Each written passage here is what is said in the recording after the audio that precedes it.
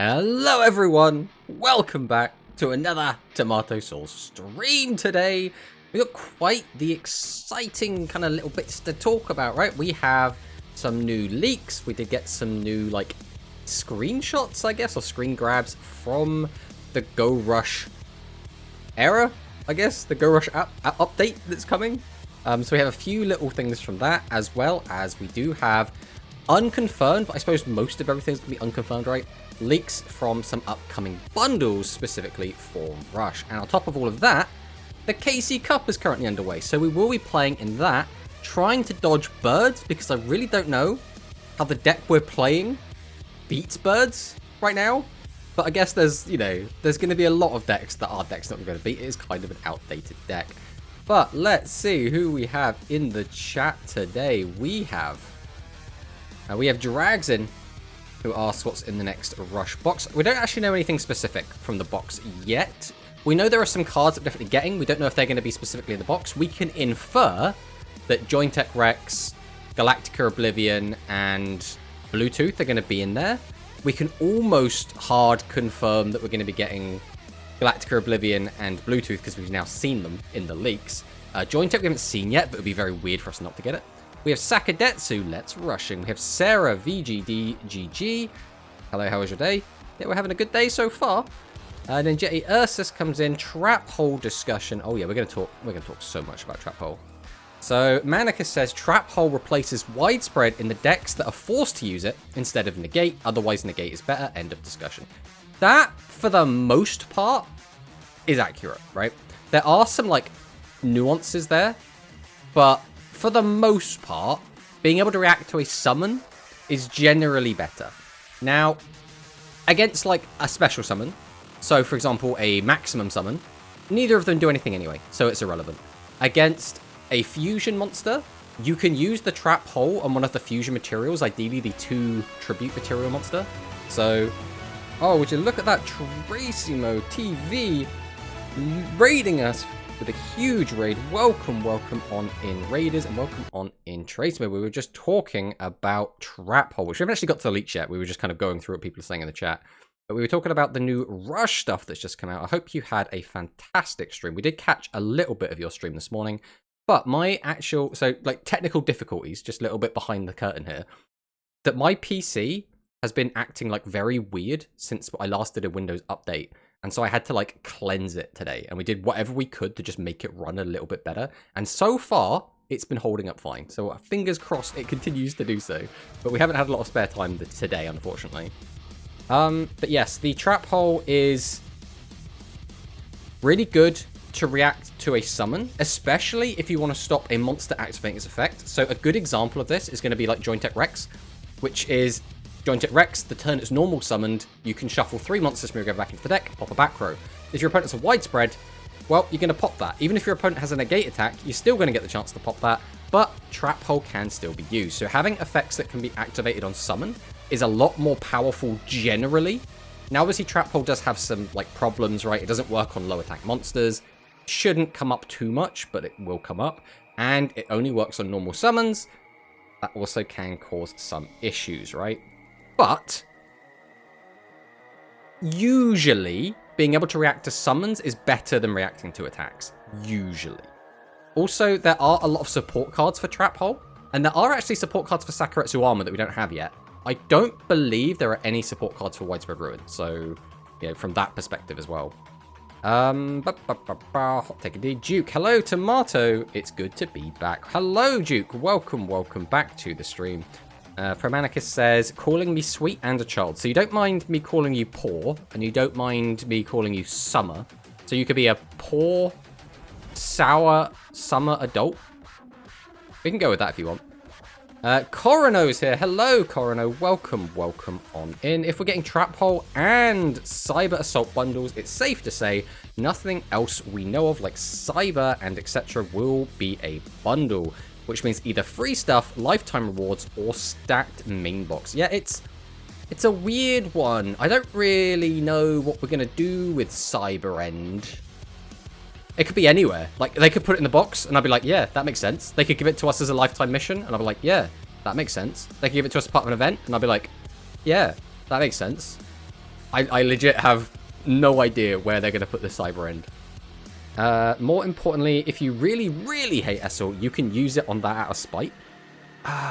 Using it on Essel feels bad, but unironically might be worth in some situations. The problem is, whenever you think about using Trap Hole, you want to get as much value for it as possible. Generally, the most value you're going to get is if your opponent normal summons, tributes 2, summons out a big guy, and you 3 for 1, right? You've effectively denied 3 of your opponent's resources for 1 of your resources. If that one they summoned would then have taken more resources off you, so let's say, for example, Jointech Rex would immediately pop a card when it's summoned, and it would then attack over one of your guys, it's effectively going to prevent you getting -2'd as well. So when you think about card economy, you want to get as much as possible.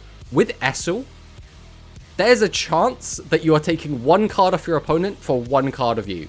But there is also a chance your opponent cheats out a double tribute monster, in which case, like, just by using Essel, they've like +2'd on card economy. Well, they +3 because they've also got the free card as well.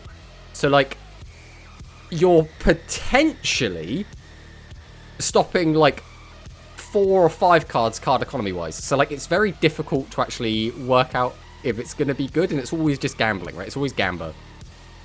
Which one will be strongest summoning in Duel Links? Is it Fusion Summoning or Maximum Summoning? So, in general, Fusion Summoning is stronger. Historically, Fusion Summoning has been stronger more of the time. That being said, there are some standout Maximums that when they first came out did perform very, very, very well. And then over time, they sort of fell down the kind of tier list a little bit, and now they're not really seeing much play at all. Like, right now, I don't think there's, like, a really strong Maximum deck in the current Rush meta. Like, Sea Serpents is still okay, but they're, like, tier 3 at best, I think. Vocalized Phoenix is probably also, like tier 3, tier 4, like pretty far down the list. But like, they're still decent decks, they're still playable, they can still win games. They're just not those like gargantuan super decks, like the hero variants, like Magnet Warriors, like Jinzo, like Ryozai, like Celebros, like the Secret Investigators. There are just so many better decks right now. Fusion, but both have good cards. I mean, yeah, that's the quicker way to say it. I like to ramble, though. That's my thing. Poor Summer just about sums up British Summer. I mean, yeah, there we go. Is that Duel Links Alpha in the chat? Hello, hello, hello, Mr. Tomato. Hello to you, too. I feel like we're not going to have a UO event. Yeah, we might not. In my opinion, it's a slam dunk to just do a UO event, right? Like, it writes itself. But, like, they could do one, like, a month after Go Rush comes out, but I really don't know what they're going to do with that, to be honest. I think Cyber End will be a one-off in the New World campaign. I mean, it could be, because I would expect... My prediction was that we're going to get Fusion in a New World campaign. That was my prediction. Just give everyone 3 copies of this card, because everyone's going to want it at some point. Slapping it in a structure feels bad, because now you've got to get it from a structure. Slapping it in a box feels bad, because now if you ever want to play Fusions, either they have to reprint it a bunch, or this is a mandatory box to go into if you ever want to play a Fusion deck. Putting it anywhere else just feels weird. I feel like just give 3 copies to everyone. Like, that makes sense to me. I remember the Yu-Gi-Oh! Go Rush trailer. It seems Yuamu finds Otis's helmet, which is weird. I mean, we'll have to see where that goes. Because there are some, like, weird stuff going on in the anime, and they're kind of tiptoeing around things. But this is what Go Rush has always done. They never quite spell everything out. They always, like, hint at things, they heavily imply things, and then they pull the rug out from under you and kind of subvert your expectations. So, as much as I like to think I kind of understand, like, the timeline and how everything's working currently in Go Rush, I do think it's still a little bit up for interpretation. Skills and card pools are bridging the gap between what's better between the 2 summoning mechanics. Yes, that is definitely always going to be the case. Even in general, just the decks that we're seeing, a lot of the decks that are really, really powerful in Duel Links are decks that just never really did anything in the physical game, which is one of the appealing parts of Duel Links, right? We said this a bunch of times before, but if we had just had a one-to-one recreation of the Rush Duel card game we had physically, with no skills, with no difference in card pool, we would have just had tier 0 meta the entire time, right? So, like, we've had so much diversity because of Duel Links, and we wouldn't have had that otherwise. So that's something we could definitely give Konami a pat on the back for. Even the Sea Serpent play the non-maximum version, I think. I mean, both versions are good. I would say the non-maximum version is better, but the maximum version is still, like, fine. It's still good. Is there a tomato deck in Rush Duels? I don't think tomato specifically. I'm trying to think if there was a vegetable deck. If there is, it would be anime only. But there are a lot of anime only decks that we haven't got yet. It's just trying to remember all the anime only decks is difficult. It apparently too good and got hit on the Forbidden/Limited list. Yes, but one of the ways that deck was like abusing was a lot of the cards basically when you have no cards in your graveyard or very few cards in your graveyard. So that could use Cactuar's Choice, which is a deck card that was more abused by the Dark Magician-y Spellcaster type deck. It was a deck called Solitaire because you literally just played the game on your own for a bit and then OTK'd your opponent.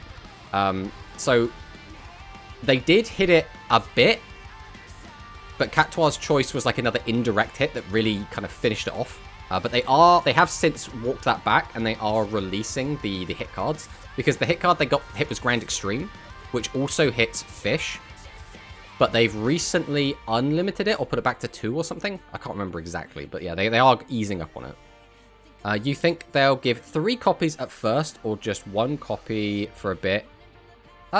If they give us 1 copy for a bit, and again, assuming we're talking about Fusion still, then I would expect it to be like a day. Like, oh, today, here's your first copy. The next day or maybe 2 days later, here's your second copy. And kind of drip feed you like that. Otherwise, they just give 3 at once, but we'll have to see what they decide. Also, welcome on CZ, or welcome in CZ. Will you be able... Those 3 are Blue Eyes Tomato.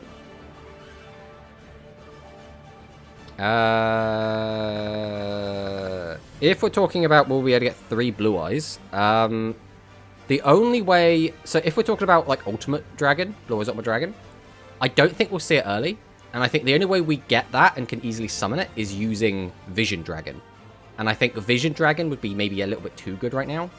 But saying that, the Blue Eyes Ultimate Dragon deck still struggles to beat Set 3 Pass and basically can't do it without Burst Stream of Destruction. And having that limited to 1 is going to really hinder Blue Eyes' like full poweredness. So maybe it would be a little bit better in Duel Links because it wouldn't be as strong without 3 copies of that. I think the new Rush box based on Go Rush World characters, yeah, we'll have to see. They might do a big mix, and we still don't know if we're getting a main box, or a mini, or a super mini, or a deck build box, or a combination of all of them, or a selection box. We have no idea what we're getting at the moment. I remember a Tomato card in Zexal. Yeah, there are plenty of Tomato cards in, you know, TCG, right? There's, like, the Prisoner Tomato, there's Mystic Tomato, or Tomato, depending on how you want to pronounce it. There's a bunch of Tomato cards in TCG. Is it a coherent deck? Probably not, but you know. Intercept Tomato in speed, I think. I mean, the rare Blue Eyes. I mean, the rare Blue Eyes that we'll be giving on October 1st. I don't know what Blue Eyes we're talking about. We're getting... I haven't seen or heard anything about getting Blue Eyes on October 1st. Hello, Tomato. Hello, Is Life. How is it going, my friend? I'm happy that Go Rush will be released on October, which is my favorite month. It's the spooky month. I mean, who doesn't love the spooky month? There is no Blue Eyes October 1st. That's Cyber End. Yeah, I mean, yeah, we know we're getting Cyber End. Speaking of, shall we actually jump in and take a look at some of the stuff that we're getting? So the first thing I guess we'll talk about is the tier list update, because, you know, it's not Rush, but it's important. So, Tier 1, the only change is Lyrilusk has been bumped up to Tier 1 alongside Boral and Star Seraph. This makes sense. Lyrilusk has been, like, performing very, very well in a lot of different places. It hasn't been, like, dominating tournaments, as far as I'm aware, but it is kind of the ladder king right now. Star Seraph and Borrelink, I mean, did anyone watch Worlds? We know how strong these decks are. We've had these decks around for quite a bit now, I feel. I don't know if they're starting to outstay their welcome a little bit. Maybe Borrelink is. Borrelink I feel like we've had for just so long now. Tier 2, there are no decks, so that's pretty interesting. So that implies those Tier 1 decks, those 3 decks, are so much better than all of these decks. So we have Fleur, which this, I assume, for the most part, is going to be referring to the Infernoble, like, gear-free Fleur. Then Sacred Beast, I still just do not like Sacred Beast. Can we get Sacred Beast to just go away? This deck is just kind of annoying. Sky Striker, I think Sky Striker is still a really strong deck. It's still a really cool deck. I would hate to see it, like, disappear. But it did have the best win rate at the World Championship, so I was expecting this deck to, like, have some sort of hit, but I don't know, maybe it's not super good into birds or something. I don't really play Sky Striker, so I couldn't really comment on that. And then Time Thief being here is really cool. I don't think anyone really expected this. I don't think anyone saw Time Thief and went, that's going to be a tiered deck. It's a really cool deck.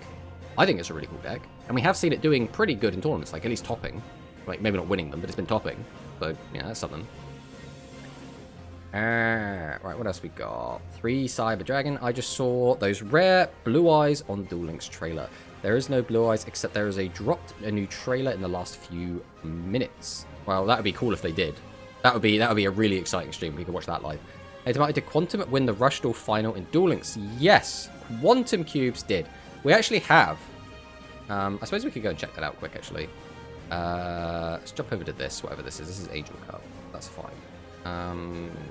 We go over here. So we go to subscriptions. We go to our shorts. We can see this. I don't know how loud this is going to be. Turn it down a little bit. This is our little homage to Quantum, who managed to win Worlds. I mean, we're all proud of Quantum. Quantum did so well.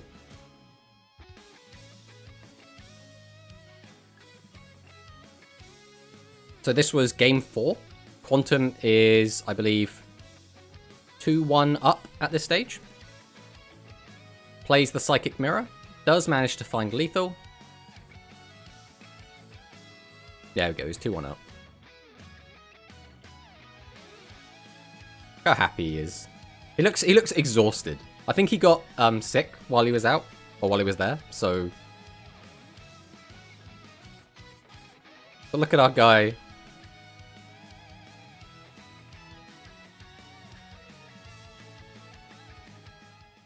Yeah, huge congratulations to Quantum. I'm happy. Sky Striker out of the tier list only because of Lyrilusk. Can you check the Duel Links Rare Blue Eyes trailer? I'm happy for Quantum. I'm gonna cry. I don't know where this trailer is, Duke. You're gonna have to direct me to it if you want me to watch it. What are you talking about? What Blue Eyes trailer? Quantum who? Oh, you know, the Latin Kings star. So, as far as I'm aware, Latin Kings is a team that basically is now built around Quantum, their star player, right? So basically it's a bunch of nobodies, and then Quantum Cubes, the world champion, who's like the best player in the world. Just search the Yu-Gi-Oh! Go Rush World trailer, and they said they're giving away a Rare Blue Eyes. I mean, we could watch the trailer, that's fine, it's over here, right? We, scroll down a bit. We can go and watch the trailer again, that's fine. I don't remember them saying about giving away a Blue Eyes. But who knows, maybe I am wrong. Gotta be down here somewhere. Here we go, Go Rush World confirmed.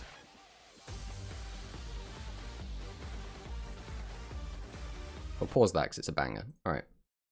Let's chuck this on. Oh, my ears! Let's turn that down. Alright. Let's see where it says about getting a free Blue Eyes.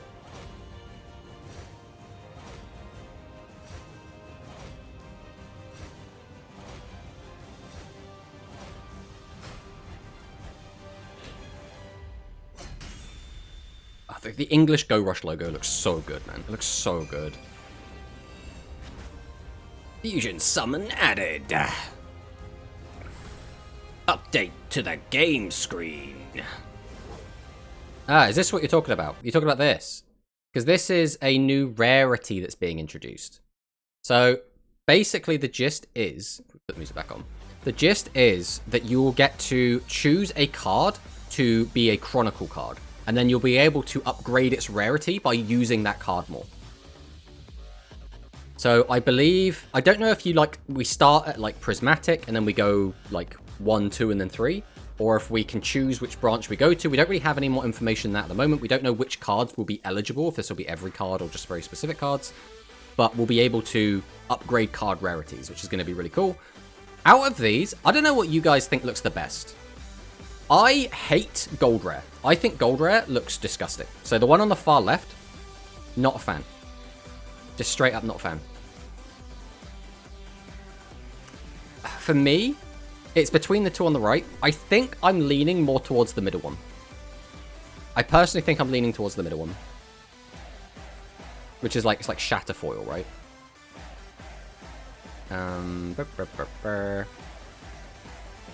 Maybe they are talking about the card that Quantum won. Oh, so you're talking about light shield dragon sanctuary thingy. I mean, that's also a cool card. I would love to get that card.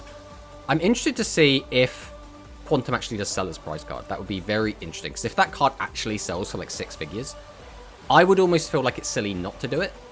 But I guess different people, different circumstances. For some people, money is going to be more valuable. For some people, like, these prized possessions are going to be more, like, valuable, right? It's just a rarity. Also, hello, Monosync. I saw you chat earlier, but I didn't get a chance to comment. Welcome, Monosync. And yeah, Quantum definitely is the Vulcan champion. It's for speed as well. Low for rarity. Right side for me looks good. The right side, I don't dislike the right side. I'm not a big fan of this. Like the I can't lie, my mouse isn't being displayed, but like on the edges of the card, it's like the twinkly stuff. Like on the actual like image of the card, like that, the border wrapped around that looks fine. It's the one on the very edge of the card. I don't like it too much. Also, I think the red name looks kind of cool in the middle one as well. Now, I like the right one with the red text. Now, does the text change? No, it doesn't. Not in this trailer.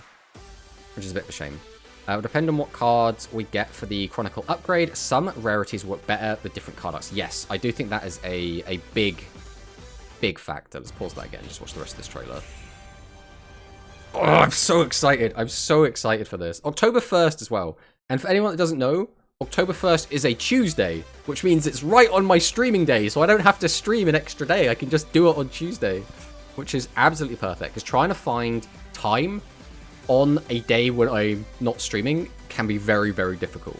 So we'll have to see what happens with that. Didn't they say we could customize each part separately? So I don't know if we have seen that. I think a lot of people have been... Oh, so here we go. Processing, default, crystal, aura, starlight, and full starlight. And then card name, color, card name, border, and stamp. So presumably, you can. Tomato, read my last minute. It's like an XP system, so you can unlock more ways to customize the card the more you use it. So far, we know you can change the foil, card name, color, and the border color. It's not a preset thing. Okay. Because as far as I know, all the information we have is that trailer. Like, as far as I know, we haven't had, like, a statement or anything giving us any more. So I don't know if that's just people, like, inferring stuff or what. Right, October is my birth month. Nice. It's when Deadpool and Wolverine comes out as well. Wait a minute. I've already seen that movie. So, Tomato, read my last day. Okay, up. Imagine using Blue Eyes. Yeah, Blue Eyes players aren't welcome in this stream. If you play Blue Eyes, you have to leave. That's just how this works. On digital release, maybe. Ah, I see. That would make sense. It's come to like Disney Plus or something. But yeah, these decks are cool. Time Thief, I think, is the one that interests me the most out of these specifically. I haven't seen it, so counting down the days. I see. But let's go talk about these leaks. So these leaks are done by Q8 Duelist, who, if we scroll down, we can see that it's like he's usually like a reliable leaker, but like none of our usual data miners have access to this information yet. So this is all secondhand information. So we're just kind of assuming this is right based on previous track record, right? Hey Tomato, what can you say about spellcasters? That is a very, very vague question, Duke. I could say so much about spellcasters. You know, they're people that cast spells. There are a lot of cards in Rush and Speed that are spellcasters. I think you might have to focus that down a little bit if you want me to talk about it. I think some stuff was leaked in a magazine as well. Yes. That's further down the page. We have our magazine leaks. I guess for now, we'll turn off the chat on the screen so we can get a better look, right? That'll just be a better viewing experience for everyone. I think... Uses Blue Eyes who put Monarch in the deck. This is just fantastic deck design, so innovative. I'm not a big fan of the Blue Eyes Monarch deck either, personally. It's not my cup of tea, but a lot of people do like it, right? So, I guess we'll start with Cyber Assault Dragon, because we've already spoken a little bit about this card before, so it's not going to be like too much to really talk about. We're going to take a look. Cyber Assault Dragon. You can tribute summon this card in attack position by tributing a face-up Cyber Dragon. So this is a normal summon, not a special summon. That's quite important for Trap Hole. Place a Cyber Dragon from your graveyard on top of your deck. And again, we spoke about this before, but this has to be a regular Cyber Dragon. We cannot use a Proto Cyber, for example, and there's no other cards that change their name to be Cyber Dragon while in the graveyard yet. But we can destroy one face-up level 8 or lower monster with 2400 or more attack on your opponent's field. This will clear most things, right? This isn't going to work against a lot of the fusions. This won't work on maximums. This won't work on low attack monsters like Perceptical Mani. This won't work on Prima Katana. This won't work on Seven's Red Magician. But it will work on Mirror Innovator. It will work on 2400 bosses. This will work on quite a lot, right? Except I like innovation in all forms, except the Innovator. Poor Innovator. Poor Innovator. What did he do? It can't be maximum sad. It can't. But it might not matter too much, right? Because maximums in general... So if your deck has the capability to beat a maximum monster without having to play Tribute to the Doomed and TSA, you basically get a really strong buff to your deck that says you now get to choose what legend spell you want to run. And you don't have to play TSA, so now your spell trap lineup is also a little more free, right? You can use whatever you want. That's kind of the buff you get to your deck. And that's why we're seeing, like, Royal Rebels. That's why we're seeing, to a certain extent, Psychic, and I guess all of them, right? All of the 4 big decks don't actually have, they are not forced to play TSA or Tribute to the Doomed. Whereas I feel like almost every other deck is forced to play those cards. So that might actually be one of the defining factors why those decks are performing so well, is the fact that they just aren't forced to use those very important spell cards because they don't have to have a native out to maxes. Obviously, all of those cards are also fantastic when you're not against maxes, so it might be a bit redundant, but it is just something to take note of. So Cyber Assault can't deal with maximums, but the deck in general will probably be fine, especially if you're able to easily enough get out a Cyber End. Now, obviously, crashing into a Yggdrago is not the best thing in the world, and you can't use the skill with Cyber End to just boost over it, which is a bit of a shame, but, you know, it is what it is. This will die to Trap Hole. Exactly. Watching these cards bring back GX Error. Yeah, I mean, these are this is like kind of Cyber Laser Dragon if it wasn't shit. Right? Like, I think everyone remembers, like, Cyber Laser Dragon, Cyber Barrier Dragon, and just how garbage they were. So, like, in a way, we're getting, like, Rush Retrains that is kind of that, but, like, not terrible. But at least now people have a reason to buy Structure Deck Sidra already with all the limits. I mean, yeah, we're only getting 2 copies of this card. It'd be really funny if they also slapped the limit 2 on this. Just like, you've only got 2, but you can only play 2, and you can't play any other limit 2 cards. Laser but good. Where's my Chimeritic Rampage Dragon in Rush format to pop back row? I mean, you never know. We might get something similar in the future, right? I don't even think... Would a Rampage Dragon type effect break Rush? So you basically have to just send cards from the top of your deck to the graveyard. We'd pop some back row, and then it would get, what? Attacks equal to the number of cards milled. We already have some cards like that. I think Dark Galaxy has a card already, which gains attacks equal to the number of cards that you mill. So, like, or the number of monsters that you mill from the top of your deck out are, like, 3. So, like, it's between 1 and 3 attacks. So I don't even think that would be, like, that busted. Like, maybe popping 2 back row specifically could be a bit good. But, like, other than that... But, again, I'm thinking more, like, the Rush physical game rather than Duel Links. Like, in Duel Links right now, even Cyber Twin might be a bit much, right? If I see my opponent's special a Cyber Dragon, normal a Proto, then normal another, I'm going to trap hole the second Proto. Is rather deal with the assault than a Cyber End. Yes. Of course, it depends if Twin comes out. Because if Twin does come out, then you have an actual decision to make, right? To me, Zane is better rival for Jaden than Chaz.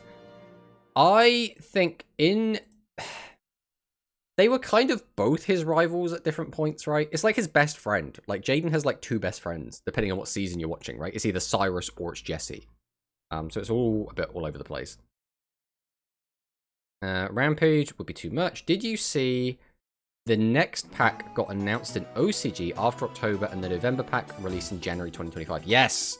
Somebody did post that in my Discord server. Who was it? Who posted that? It was Nightcrawler. Nightcrawler did post it. So I did hear about that, which is pretty cool. Have Red Eye support, and the name indicates new Sidra support. No, Corono, you're Corono, right? If listen, Corono, if your name is Corono and Nightcrawler Corino Akuma, who also, do you know what it is? Do you know what it is? Do you know what the biggest issue for me is? I always read your name as Corino Akuma, and in Discord, I read your name as Nightcrawler / Cory no Akuma. That's where the problem comes in.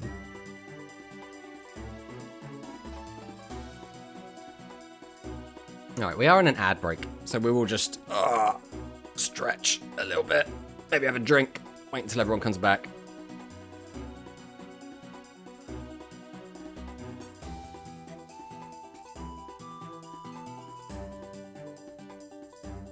But yeah. Alright. Welcome back, everyone that got hit with ads. But yeah, Cyber Assault. Cyber Assault's cool. Looking for it. Nightcrawler / cuts to ad.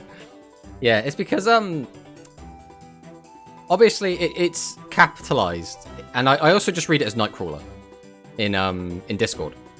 But the other thing is, in Discord, I read it as Cory no Akuma. But because there's no capitalization in Twitch, I just read it as Corono Akuma. So I was just like, yeah, it's two different. There's no ad going on. So, Dragson, we get it. You don't have ads. You have surpassed ads. You have ascended beyond the adverts. But yeah, the other card we're getting is Trap Hole. And Trap Hole's kind of cool, right? I mean, it's a reaction to summon. So what typically people would do in the physical game, if they were playing in a side deck format, would be that you would have Trap Hole or Torrential Tribute when that comes out, or after that, I guess it's Compulsory Evacuation Device. Any of these cards that can be activated in response to a summon, you would slap those in the side deck because there is a chance that your opponent has a very powerful type of effect that you need to activate in response to the summon because you can't let them activate that effect, right? So, because of that, these sort of cards did see play, but Trap Hole was, for a while, like, I think it was the only Legend Trap, like, period, for a long time. So, like, everyone was on Trap Hole. So the issue was, as well, back in the physical game, for a large portion of it, we could only have one Legend total, not one Legend monster, one Legend spell, and one Legend trap. So you had to decide if you wanted, like, Trap Hole, or a Blue Eyes White Dragon, or whatever other legendaries we had access to. So, like, this card did see play, but, like, it's very hard to judge it against other cards based on history alone, so we have to kind of just say what we're doing with it. Wait, why that man got built through?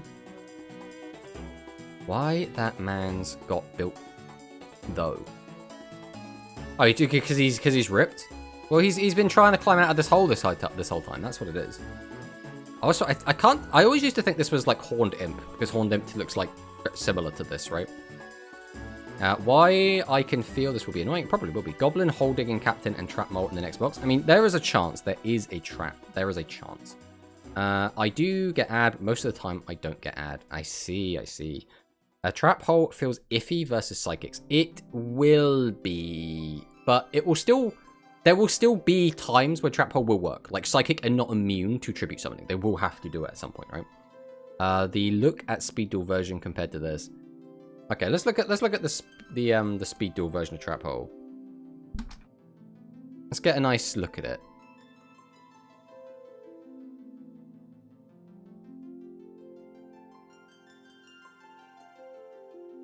You know, he's a little bit muscular. Like, this hand looks the same, right? And we can't really see much of this arm. Oh, that's spoilers. We'll look at that in a minute. We can see more of his teeth as well. Rush cards all got a makeover in regards to muscles, Heroes 2. Well, Heroes had the issue where they kept having, like, really sexy butts, so they had to, like, tune those down, right? Or, like, whack them up. But yeah, Trap Hole, as Alex was just saying, does have some support cards, and this is one of them. This is Goblin Hole Digger Captain. So it's a warrior monster, level 4, 900 attacks. It does get under Trap Hole, amusingly. If you have the Warrior Returning Alive, wait a minute, we already have that card, or Trap Hole in your graveyard, we can send the top card of a deck to the graveyard. One face-up monster on your opponent's field loses attack equal to the number of Warrior Returning Alive and Trap Hole in your graveyard times 1,000. Now, what makes this card actually kind of good is this doesn't have any limitations on it. This isn't like level 8 or lower, right? You can use this on a Yggdrago and weaken it down to 2,000 attack. And that in itself can be extraordinarily valuable. Now, I like Rush Art. You saw Pot of Duality for Physical Rush. Yes, we did also see Pot of Duality. Pot of Duality is going to be a weird one. I'm not really sure how I feel about it. I think some decks I would make a lot of good use out of it, but we'll have to wait and see. But Hole Digger Captain is actually, like, pretty good. This card never saw a ton of play physically because it came out way too late, right? But coming out now, this card might even be too good. So there's going to be like a sweet spot, and try to find the right place to put it could be a little bit awkward, but I do think Hole Digger Captain could be really, really powerful if it came out alongside Trap Hole. And the other support card we have is Trap Mole. So this is a beast monster, so it's a bit weird, right? Because now we have to run beasts alongside our warriors, and ideally we want to play Warrior Returning Alive if we're playing the Goblin. So if we have Trap Hole in our graveyard during the turn that we normally summon this card, we can set one trap card from your graveyard in your spell trap zone. So most of the time, you'd pick Trap Hole, right? Trap Hole is just a really good legend trap. You won't have any other legend trap to pick because you're playing Trap Hole. But there are some trap cards you'd want to bring back. Right now, I don't know if there's any other trap cards you'd bother bringing back. Like, the obvious one is like Slime, right? Like, maybe you bring back Slime. But that'd be kind of it. I don't know about how good it will be, though. So it loses 2k attack max. Yes, unless for whatever reason they release a card that lets its name become one of those one in the graveyard. Like, there are a bunch of stuff which is already past its time, but still not released. Mole good. I mean, Mole is pretty good, right? The only downside is if we just don't get Trap Hole in the graveyard, this card is a vanilla. And that's a pretty big downside, especially since we are playing in a very, like, kind of fast meta at the moment. Like the rest of Beast Gear, or maybe Chairs. Yeah, I would really like to see Chairs come out, like, really badly. It's Max. Welcome, Max. Hello, Yuri Hype Train. Predaplant support soon. Have we heard anything about that, Max? I haven't seen anything specific. Is Stool something in Rush? Not really. Like, there are some decks that can kind of do it, but, like, not easily. And for the most part, Stool comes in the form of, like, having high defense monsters. And just because we have access to some really good skills that can boost our attack, a lot of the time we're not going to get walled off by, like, 2,600 defense monsters. So, like, no leaks yet, but the Lulu and Rin event confirms Yuri being next. We talked about that from, like, the RP they do. So I know he's coming sooner rather than later. I mean, fingers crossed he comes soon, because, again, I really like Predaplants. I'd really like to see Yuri come into the game. But yeah, that's kind of it for Trap Mole. There's not really much more to say about that. If we go back to the leaks, we talked about these. Now we're going to talk about the Go Rush scans. So there's not really a lot to say here. Oh, Udius is here. Wow, he's got his ace monster, the Galactica Oblivion. That's so exciting. And then in this little screen, we see him against Yuamu, who we also knew was coming. And look, there's Yuamu's ace monster, Bluetooth Burst Dragon, which we already kind of knew was coming. So, like, nothing particularly interesting over here. On the other screen, though, we do see Chupataro as an NPC duelist, which is a little bit sad. I would have liked to see Chupataro as playable, but like most of the Rush duelists, I feel are getting the NPC treatment, so it kind of sucks, but I guess it is what it is. I was thinking a Trap Stool deck with this would be crazy. I mean, potentially, we kind of already have that, right? Like, a lot of the Gaze of the Mighty Emperor, or Gaze of the Sky Emperor decks are already playing a ton of traps, and are doing this with, like, Recital and Heavenly Blessing, I think it's called. I can't remember what the trap card's called. But yeah, people are already kind of doing that.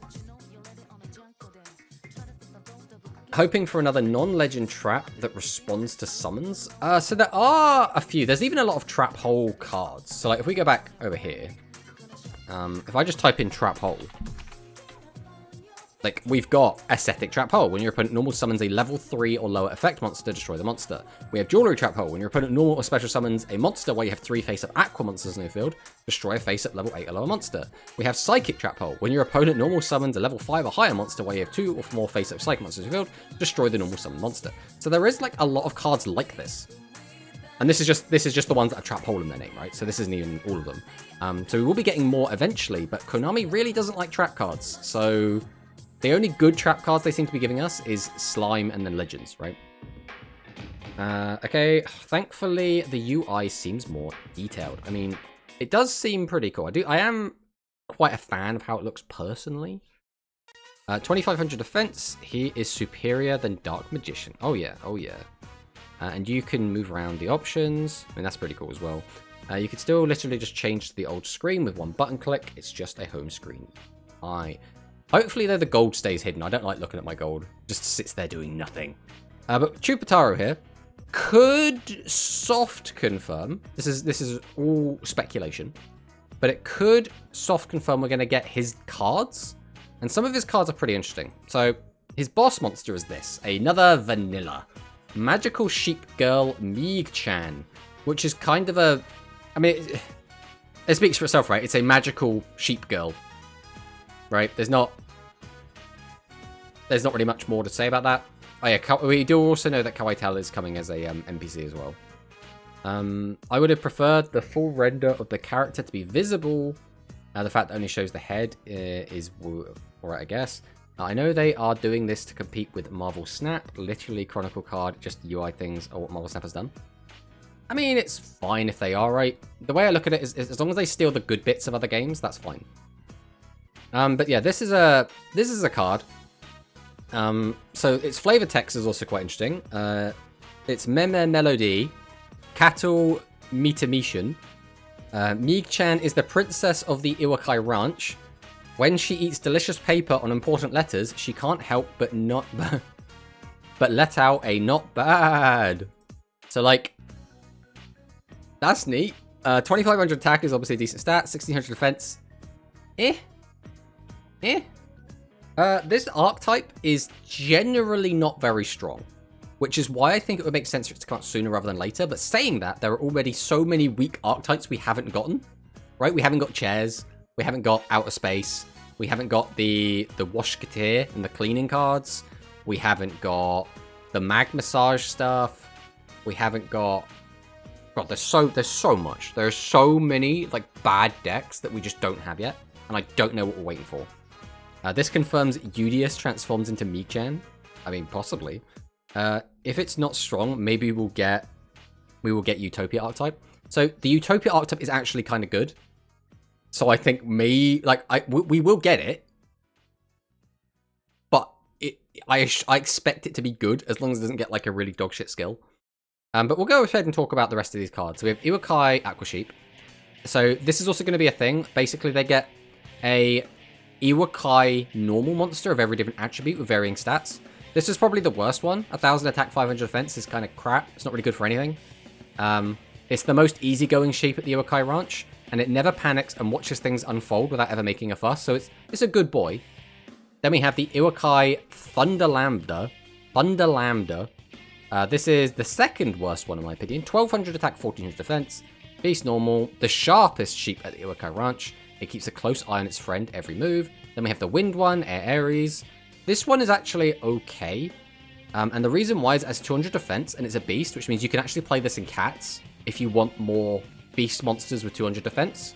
So, like, this one does see a little bit of play. But the easy breezy vagabond sheep at the Iwakai Ranch, it doesn't concern itself with the usual hustle and bustle on the ranch. Then we have Pyroball, which is our fire one, a senior of the Iwakai Ranch. Its hot-blooded coaching makes those around it avoid it like smoke. So this actually has 1400 attack, which is okay. But then we have the Dark one, which actually has a respectable attack stat, which is the Night Mutton.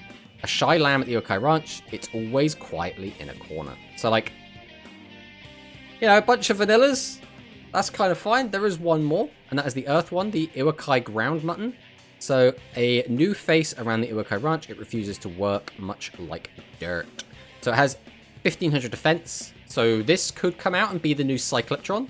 But, like, would you want two 1500 defense monsters in the game this early? That's the next question. I suppose if we're getting 1600 attack monsters, it also doesn't hurt to increase the defense up. But, like, we'll have to see. Utopia support in Speed Duel. I mean, we need Utopia Ray Victory. Do we though? We need Great Magical Sheep Girl Meeg-chan Max Wall. We're not gonna get that. So far, bear in mind, again, we have not really set much of a precedent for this. We don't have any Duel Links exclusive cards yet. We don't have anything in Duel Links for Rush that isn't already a physical card. So I'd be surprised if they did that this early. Is that David Magri Yu-Gi-Oh! With a huge raid. Welcome on in, Duelists. Is that Acceleration Gate, I see? Yeah, welcome on in, everyone. We were just talking about the Rush Duel Leagues before we jump into some KC Cup. So, welcome on in. We were just talking about Iwakai Ground Mutton because we're talking about Chupataro, who is the user of Magical Sheep Girl Meeg-chan. So you've dropped in a weird time. A very weird time. But yeah, after Ground Mutton, the next one is Wave Shaft. These are where we start to get to the effect monsters, right? We got a Duel Links exclusive over Rush Rare that didn't exist. So that is true, but that is a alt art, right? That is not the same as like a brand new card or a card that works differently like we have for some of the speed cards. So Wave Shaft, we can send the top card of a deck to the graveyard, gain 200 life points. That's whatever. Then if we have a beast type normal monster with 3 or more different attributes in your graveyard, so making use of all the different attributes that we have in the deck, because we've got all the different ones and different attributes, we can special summon one Magical Sheep Girl Meeg-chan from your graveyard. So just being able to cheat out a 2500 boss from your graveyard is actually not bad, and right now would be pretty good. Speaking of that UI, no gold in it. Go Rush. Yeah, we're just gonna eradicate gold. That's fine. They literally just implemented a new system which uses gold. Ooh, archetype. Yes, the Iwakai archetype. I don't know what Iwakai actually means. It's probably some sort of sheep, but Then we have Iwakai Planao. Anyway, if we have a face-up beast-type normal monster on a field, we can set one Meet and Greed or one Iwakai Grudges from the grave from your graveyard to your spell and trap zone. Then if we have a face-up Magical Sheep Girl Meeg-chan, you can gain 600 life points. So again, a little bit of life point gain is fine, right? That's okay. Nothing like crazy, but like being able to get Meet and Greed or an Iwakai Grudges, and it's like, well, what are they? Right, so the first one is Meet and Greed. So this is a spell card. We can send 2 cards from our hand to the graveyard. One face-up beast-type normal monster on our field can make 3 attacks on monsters this turn. Now, this is clearly meant to be used with Magical Sheep Girl Meeg-chan, so your 2500 attack boss monster can now attack 3 times, which is okay, especially right now. If this was to come out in Duel Links, this would be, like, pretty okay. Then if we have a face-up Magical Sheep Girl Meeg-chan on our field, we can make all face-up effect monsters, so only effect monsters, that's a pretty big stipulation, on your opponent's field lose 500 attack until the end of the turn. So that means we can basically clear anything that is 2900 and less, which is actually pretty good. This is going to be okay at, like, board breaking a lot of the time. But if your opponent has, like, set 3, for example, this will still help you clear. So, like, it's not bad. The upside as well is this doesn't lock us into only attacking with me. So we'll still get 2 other attacks that can attack that turn. So that's 2 direct attacks potentially, which is pretty good. Its name's supposed to be a wordplay on yokai. Oh, I see. Which is a bit... I guess it's... Because yokai just means, like... It's not, like, specifically ghost, is it? It's, like, magical creature or something. But the other card that we referenced is Iwakai Grudges from the Grave. nice little trap card. When an opponent's monster declares an attack, targeting your attack position beast-type normal monster, so this will be all of our little guys or Meek-chan itself, send the top 4 cards of deck to the graveyard. The attack target loses 2,000 attack. Now that is a combat trick that actually does something. Even with all of the different boosts we have, 2,000 will oftentimes stop an attack. Then you can add up to 4 cards that were sent to the graveyard to meet this requirement to your hand. So this can be good if our hand is basically already full, right? If we've already got like 3, 4, 5 cards in hand, and we get to add 4 more, that means we can start the next turn with like up to 10 cards in hand, which is really good. That's so much like tribute fodder. So potentially could be really, really strong, especially if it came out right now. Again, 2,000 reduction is so big. Now, can you mix Beast Gears with Uakai? No. So there are some cards that work with both Beasts and Beast Warriors, but the Beast Gear cards specifically want to work with Fiend, Machine, and Beast Warriors. So like their cards don't play very nicely as anything. Yeah, it's just a blanket term for Japanese monsters. I see. Then the last card to talk about is Mellow Meeg Ultra Beam. So if you have a Magical Sheep Girl Meek-chan face up on your field, we can send 2 Beast-type normal monsters from your hand to the graveyard to destroy all face-up level 8 or lower monsters on your opponent's field. This turn, you can only attack with Beasts. So this is a finisher, right? This is a... I'm going to try and wipe everything you've got. Now, it only works at level 8 or lower, so it's not going to beat maximums. It's not going to beat most fusions. But, potentially, this could be really, really strong and could just end games out of nowhere, right? So, like... Will we get this card? I don't know. Like, if you think about it, in a lot of ways, this card is worse than Burst Stream of Destruction. So, like, maybe it could come out at, like, 1? Hello, Dwan. Welcome on in. Yeah, it's a weird one. It's definitely a weird one.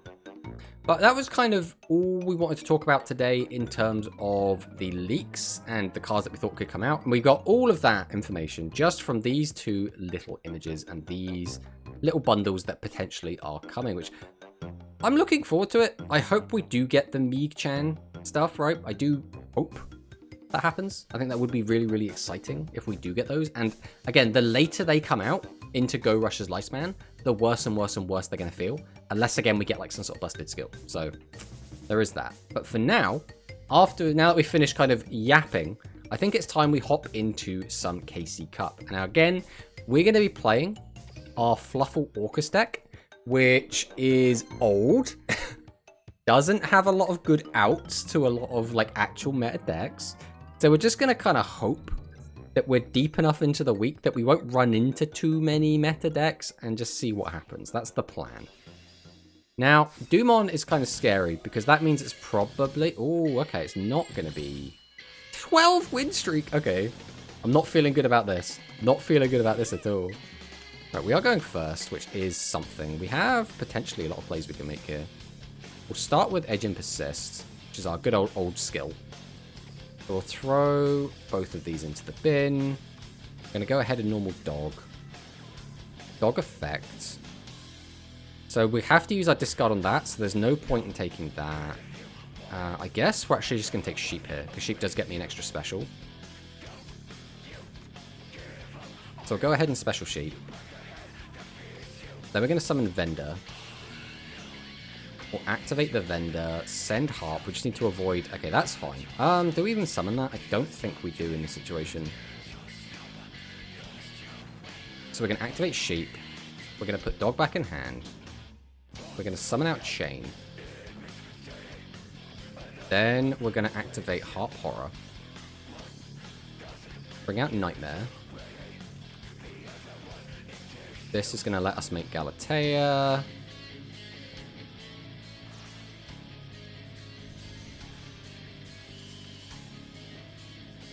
We'll use the effect of Chain, which will get us Fright for Fusion.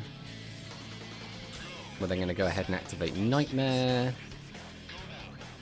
Target Galatea, and then we will send Symbol Skeleton to grave. We can then activate Galatea, put back Nightmare. We'll go ahead and set Babel. Then we're going to go ahead and make Decode.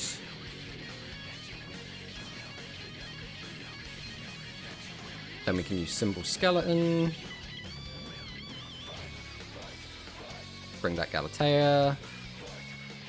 And then we overlay into Ding.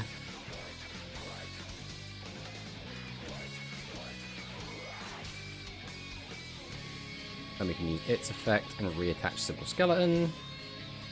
Flip over Babel. And then pass. Alright. Let's see what our opponent has for us. So now will rush boxes be a mix of rush and go rush? I mean, potentially, I would expect that. In the same way that speed is like a mix of all of, you know, the speed archetypes / series, right?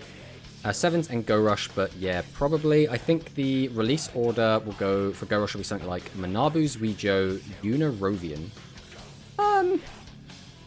The problem with releasing Yuna before Rovian is Yuna does get introduced in the show first, but she doesn't use her own deck. She uses Yuga's deck, so I don't know if there'll be any new cards from, like, that time.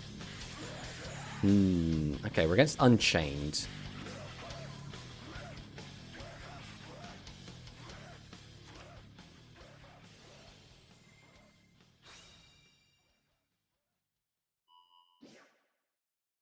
Yes, we will use Ding. Send Galatea. Activate Sarama.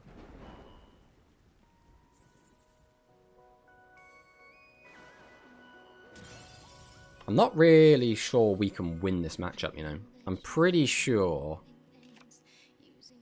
we're probably just cooked. So now we have to do this.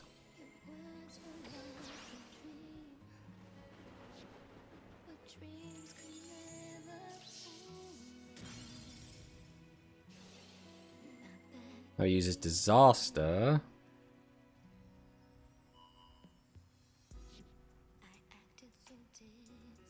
Unchained should lose to Orcust. I mean, I don't. The problem is I don't know like where the choke is for this deck whatsoever. So I don't know when I'm supposed to negate. I don't know when I'm not supposed to negate.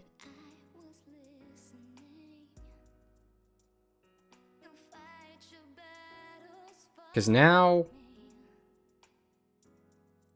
I mean, can't I just send this to Graveyard and then be like kind of chilling? Let's try this.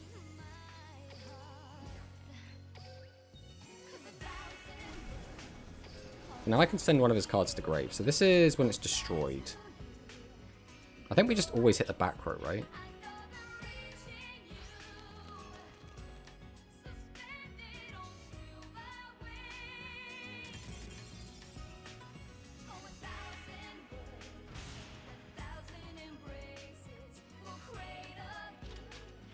Yeah.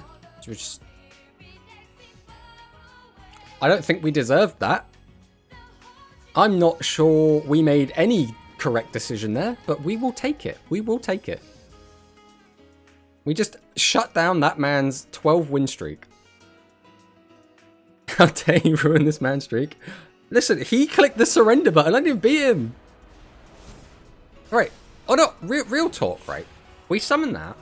All he has to do is attack over Ding. Then, like, what do we do on our turn? Like, we don't have a good way to, like, not destroy his cards. All of his guys float. I think he gave up a little prematurely there. Yeah, we take those. We always take those.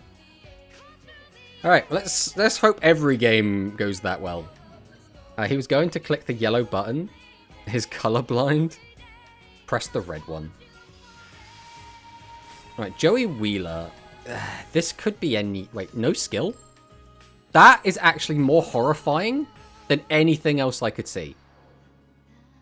No skill Joey Wheeler. What does that mean?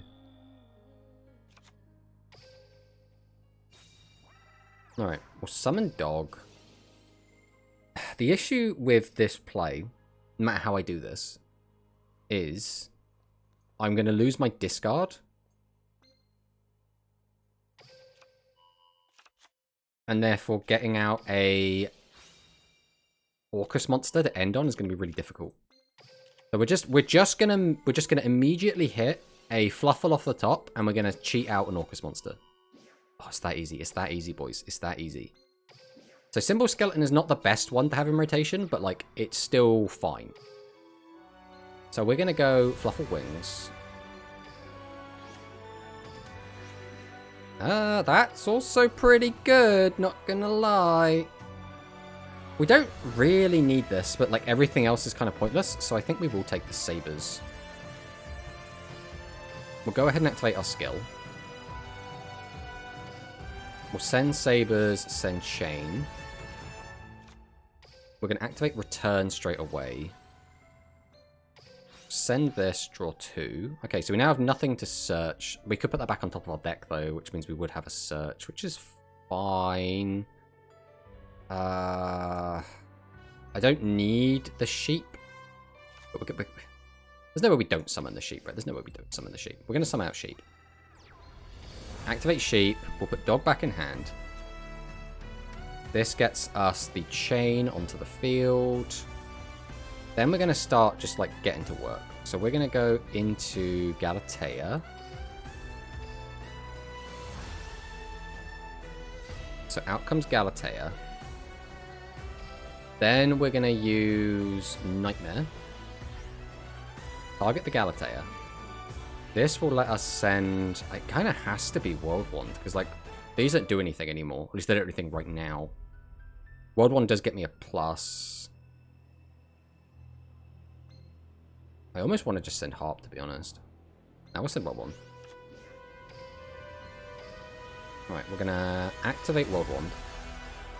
This is going to get us back Nightmare. Then we're going to activate Sabers. We'll put this back. Then I can activate Galatea, put this back. Grab out the Babel. Then we're going to make Decode using this. And I don't think it matters too much right now. We'll use this. Summon this out. We have enough cards, right? I could do that, bring that back, link into that. Okay, we'll do this. We're gonna get a little bit funky here. We'll see if we end up getting punished for it. So we're gonna summon this. We're then gonna overlay into Ding straight away.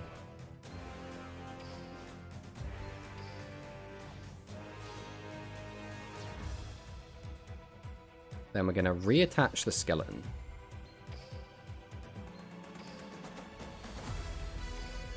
I'm gonna go 1, 2, 3.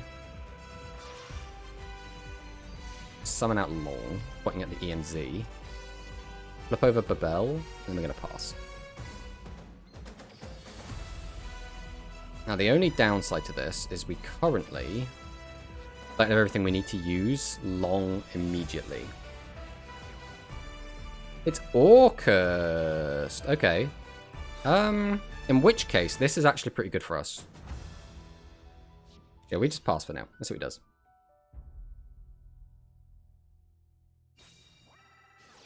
MST? That's annoying. That's really annoying. So do we just activate this? I think we have to. Keeping that around is, like, super important. I think we are going to decode that.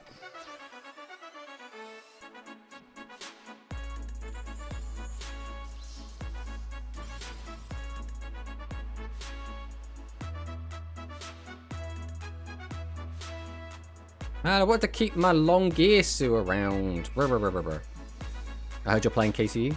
We are indeed. Link Slayer hits the board. Discard up to 2 cards from hand. Do we just get rid of that now? I think we do. The downside is this could backfire really badly.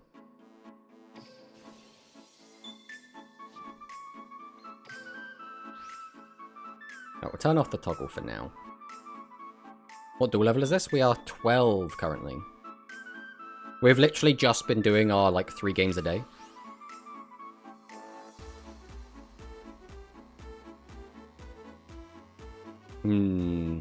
I think we're probably going to get cooked here. Because now all he needs is any normal. But like he had 2 ways to pop Babel, which was like the absolute worst thing for us.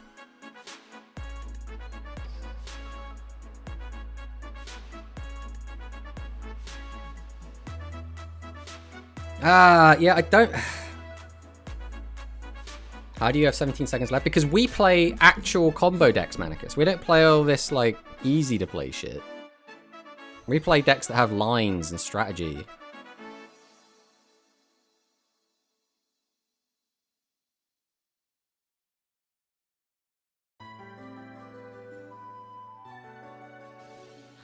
So uses Nightmare.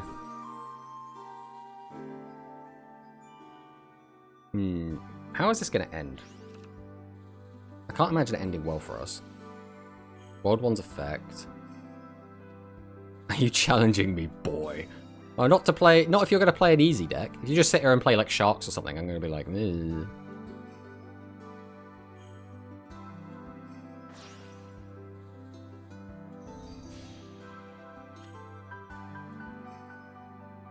Listen, I don't need the Sky Striker player now also joining in, playing your easy-to-play deck.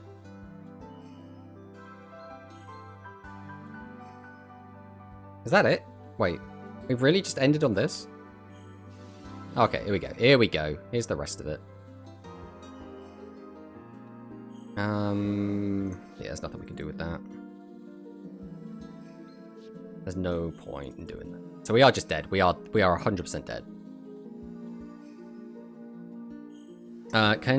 Can't tell you how many times running Tenyi I end up running close. At least Sky Strikers requires some sort of thinking. What do you mean? Sky Strikers plays itself. All your cards do like one thing. There aren't even combos in Sky Striker. What do you even mean?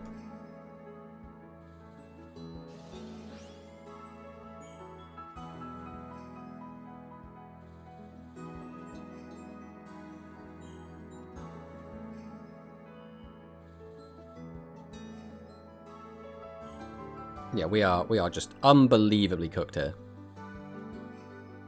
I don't know if we did anything wrong here, or if we just didn't have what we needed to survive. Why are we... Oh, because he's playing around thingy, I guess. I don't even play Sharks. Liar! I saw you get second place in Tournament of Sharks. I've seen and can prove autopiloting Sky Striker does not end well. It's one of those things, though, I don't see how Sky Strikers combo. Like, all their cards basically just say, like, do a thing, do an extra thing if you have 3 spells in grave, and it's always, like, just pop a guy, negate a thing, grab a thing.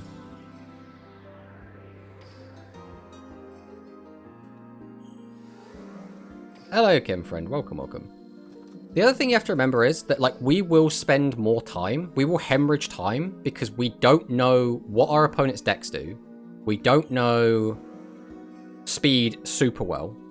And we are actually playing a combo deck that has multiple different lines. So we don't always, 100% of the time, just do the exact same thing again and again and again. Now, if we can, I will end on Decode Ding every single game if possible, right? We will always get to that point.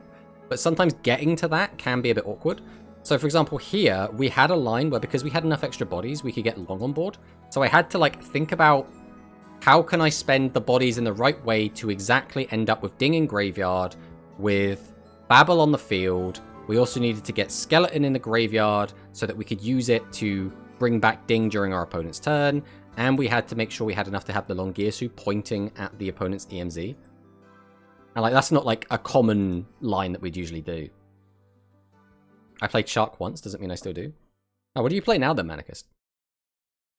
He mainly plays Rush. If you want to flame someone for timing out, flame me. I mean, we're going to be timing out, right? I basically only play combo decks. I don't tend to play like non-combo decks. And just learning a combo deck, because that's the other thing. I played Fluffle quite a bit in Master Duel, but 1, Master Duel has a much longer timer. And 2, it's a different game, right? The amount of decks you play against is very varied. Generally, Master Duel follows a bit more of a strict, your opponent's going to make a board and then you break it. Like everyone's kind of on a combo deck for the most part. And the lines aren't the same. We don't have all the same cards, therefore I cannot do like my Crush Sheep line end on Apo, go into like end on Toad. Like, I can't do those lines. Now, to be fair, I can't do those lines in Master Duel anymore because they banned half those cards. But yeah, the point is, ordering matters. Don't misunderstand. I think the ordering matters in almost every deck, right? But I do think, right. Anyone in chat who's like a speed professional, right? Anyone that's like regular cogging every single season, anyone that like plays in tournaments, has been topping a ton. Am I wrong in thinking that like Orcust and Fluffle is a big thinky deck, and that Sky Striker is an easier deck by comparison, right? Is that an incorrect assumption? Because don't get me wrong, I think there are some Sky Striker games which I've watched and been like, okay, every move here was very deliberate. Every move had to be done in the correct order. You had to sequence everything correctly. But there wasn't really combos. It was just, you've got to use the tools you have in the right order. I think there is a difference between the two. I could be way off base with that. Because again, the best I've ever done in a speed tournament since coming back to the game is like top 16. That is the best I have done. So I am not a strong speed player. I have cogged one time in the last year in speed. So like, my takes are always going to be very heavily tilted and tinted, right? Do you think they'll give us the Legend Poly or any Archetype Fusions, or just the 3 copies of Standard Fusion? I think they'll give us 3 copies of the Standard Fusion. They might give us Poly, but since we have the 2 bundles that we kind of know we're getting, I doubt they give us 3 all at once. So I don't think they would give us like 3 all at once. So if we do get Poly, I think it would be in a bundle a little bit later on. I'm a Rush player. I play combo. I don't time out. Tomato's age is just catching up to him. What combo decks do you play, Promanicus, though? I don't think you... Oh, I play Star Seraph and Wind Witch at the Mo. Okay, Wind Witch is a heavy combo deck. I will give you that. Wind Witch is definitely a big combo deck. Star Seraph... I mean, I guess it has combos. I don't think it would be a combo deck without the skill. And even then, I think the skill does a lot of what it does anyway. But yeah, Wind Witch is definitely one. Dweller and Gain, Hant, extra deck. Try to make it, it's fine. Fluffle is strong. You're good, bro. F the haters. A reasonable take. It's fine. Only Brick can stop Fluffle. I mean, the problem is Fluffle can Brick so easily. That is the downside of Fluffle, right? Suships 2, but fairly simple. Play Dark Fluid. Dark Fluid is a deck where I watch people play it, and I go, I could play this deck 2 weeks after picking it up. Like, I would have 2 weeks of absolutely misplaying out of my ass. And completely running out of time, and struggling the entire time. It's a tricky one. It's definitely a tricky one. Dark Fluid, I think, is a deck that... Again, I would probably like Dark Fluid, to be honest. I would probably enjoy the playstyle of it. But I'm not going to play it immaculately. I don't even play my own decks, like, perfectly, right? That's just not how this goes. Wind Witch is actually fun. Wind Witch does look pretty cool. Top 16 is pretty good for a Rush main after coming back. I mean, yeah, I basically don't really play much speed at all anymore, and that includes like TCG and Master Duel. We're basically just kind of all in on Rush. And when you get used to playing Rush, which is like a much different experience, right? It's very much like a bit of whiplash when you start playing speed and comboing off. Right, can we win and get a level up? That's the question. So this gives us... This is potentially pretty good, right? We already have access to... I guess it depends what he sets up, because if he is able to interact with anything we do, our turn is going to be very short. But if we're able to find... If we're able to complete our little line of dog, wings, bear, vendor, vendor discard wing, draw 2, get a search... Like, we'll probably be okay. If we don't get... If all of that is not interrupted or uninterrupted, we'll be fine. I need more DDD so I can get back to my main deck again. Not rank 8 Toolbox Turbo. I mean, to be honest, I feel like a lot of the best decks right now are... Wait, what? Flufflet Walkers? Kim friend, we're playing on our Rush account. We don't have all of our speed cards on this account. Pure Fluffle much, much stronger. Oh yeah, we don't have those cards. Okay, this thing have a quick effect. Cards, current attackers, you can attack one card in the field destroy. Okay, so that's a quick effect, basically. Let's summon Dog and see what he does. Are we going to get to resolve our Dog? We are going to get to resolve our Dog. I think it's always... It's always Wings, right? There's no way it's not Wings. It's always Wings. We'll go Bear.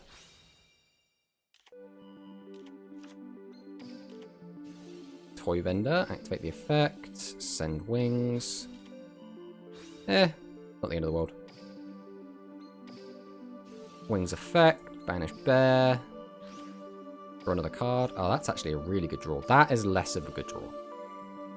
So now we grab Sabers. Go ahead and activate our skill. Send Sabers, send Chain. Or special. Ooh, what's he got? Do you want to think? We'll try and activate Sheep here, see what he does. So he can still react. We'll get Chain out.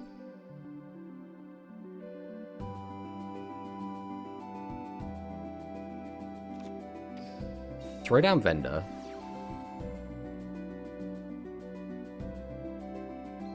Activate Vendor. I think here we just send World Wand. That's pretty good.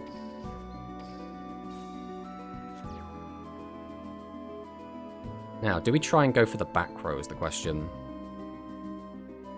Kind of wanna...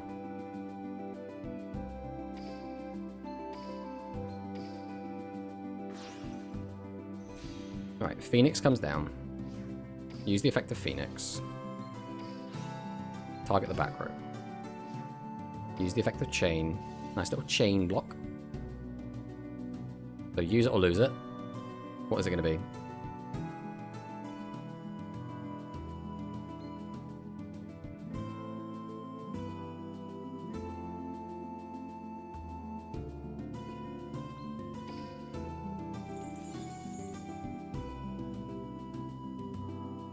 Okay, that's fine. We'll grab this. So we have that if we need it. Otherwise, we just go off. So we'll go 1, 2. Summon out Galatea. We can't do that yet. We have to do it after this. So we'll activate Edge Sabers. We will put this back on top. Yes. Bring this out. Then we'll go into Decode.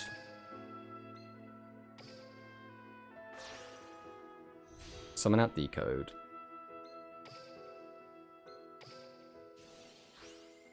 Symbol, bring back Galatea. Activate Galatea. Put back Symbol.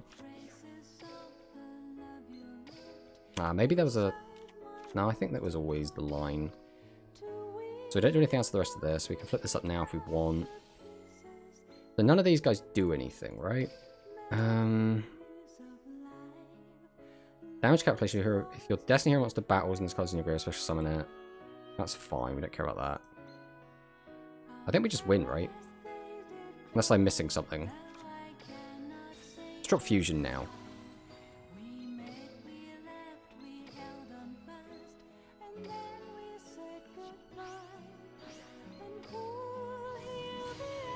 Tiger comes down. Tiger effects.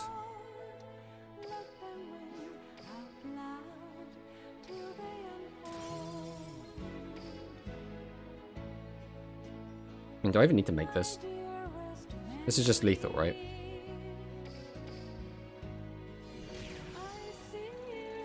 Okay, we're fine. We're fine. We're fine.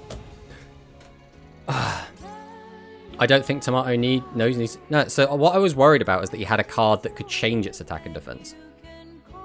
So, funnily enough, I do actually own Dystopia. If that's what it's even called. Dyna... I think it's Dystopia, that one, right? I do actually own a physical copy of that card, which is not something I could say for a lot of Speed Duel cards. But we do actually have that card. Dan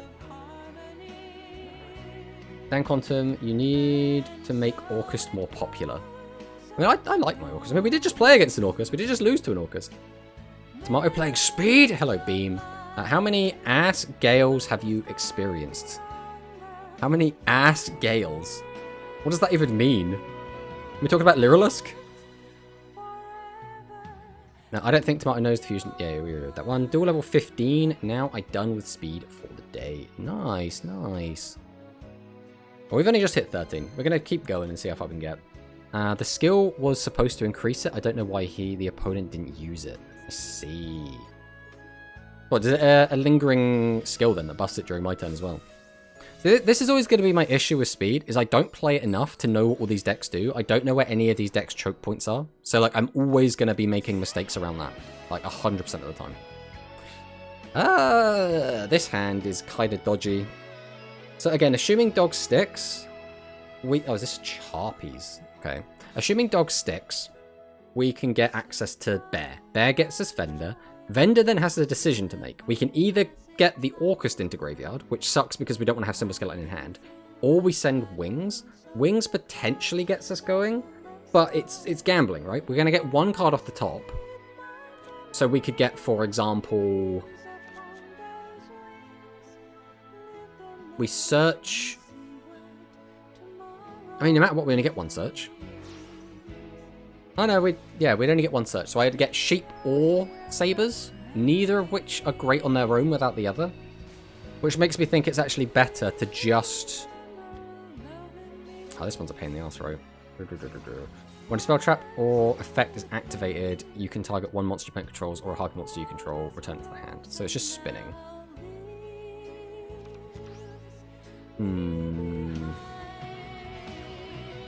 Hysteric Sign. Grabs the Egotist. You can Wings first, then Phoenix away the Orcusts, maybe? Yeah, but the only issue is, if I use Wings, I then am forced to take Sheep, which is the only extender I'll have access to. Well, I guess I don't have to. I could grab Sabers, use the skill, put Sabers into the graveyard, use that.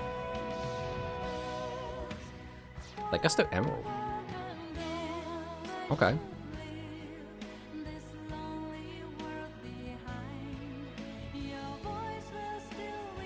Oracle's effect. You control all high hard monster 6% of this card from your hand. It's got normal summon, you can add a spell trap from your graveyard to your hand.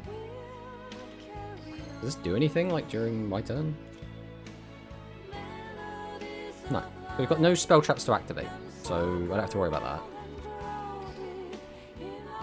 We summon Dog. Dog effect. Grab. It's always Bear. It's always Bear. Activate Bear. Grab up Vendor. Flip Vendor. I gets to bounce that. Ooh. I mean, there's nothing I can really do about this. Maybe we'll just get lucky. We'll just get lucky.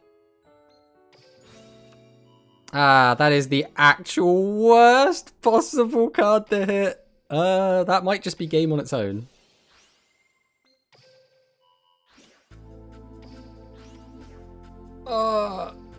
That's painful. That's just game, right? Like, what do I do from here? He has lethal in hand.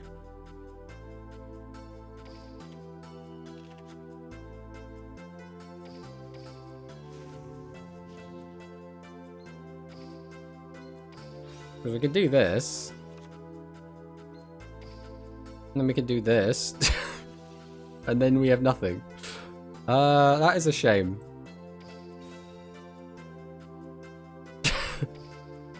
So now he activates the spell he put back in his hand last turn, bounces this, and then it's just lethal on board. There's nothing we can do. Was there any other line? I don't think there was a line that does anything. The only other thing we could have done would have been to discard one of our Orcus cards, but then we still lose our other card. We then don't get to search Sabers, so we can't get Sabers onto the board. I think we just opened a hand that couldn't beat this board. If we had gotten lucky off of the mill with Toy Vendor, we potentially could have won here, because just get 2 bodies out. We can force one of the Orcus onto the field, so we can get full Orcus combo. We can also, if we want, go Phoenix, pop the back row, get another card engraved, use that, get that out, and then still go full Orcus combo. Yeah, I don't think there was a line. I don't think there was a line. The main issue with our deck, specifically, is there are too many Garnets in it. It's an issue we've known since we started playing this specific build of this deck, but this deck is like 7 Garnets.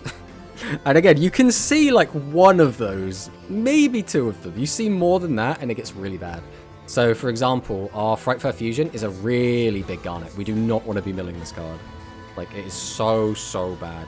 The worst cards we can mill is this and Babel, right? Anything other than these 2, and we're kind of fine with it. But if we mill one of those 2, it's really, really bad.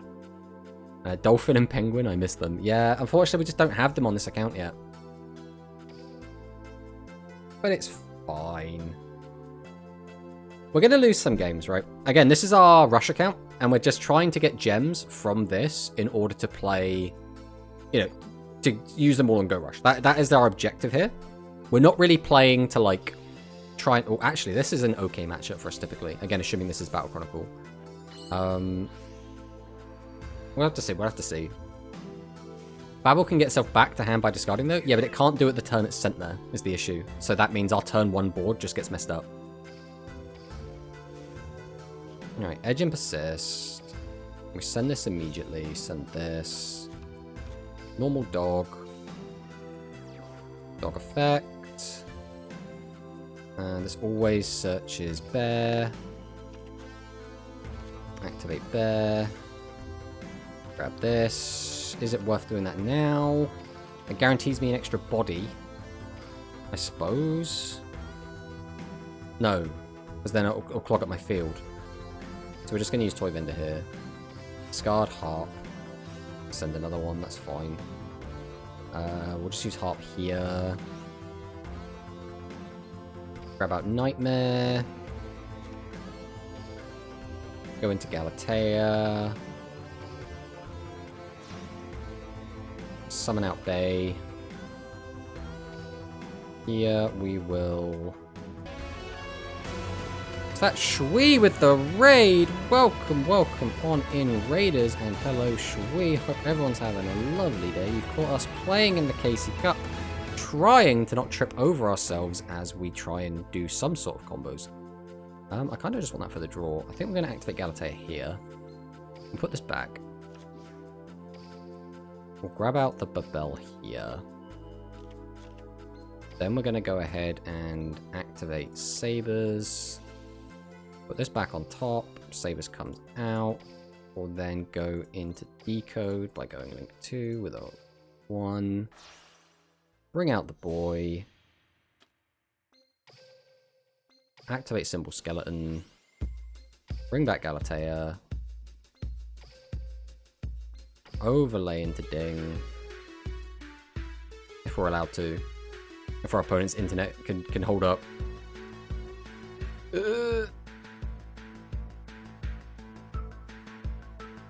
Are you never building another speed deck other than Fluffles and Orcus, or are you waiting for future art tape? Yeah, this is our Rush account, as Kim Friends is saying, and Corono. We did it. We have full power on our speed account, full power Fluffle. We do also have full power Unchained on our speed account. We have full power... God, what do we have on there? We have Constellas. We have almost full power Wind Witch. We've got full power Lyrilusk.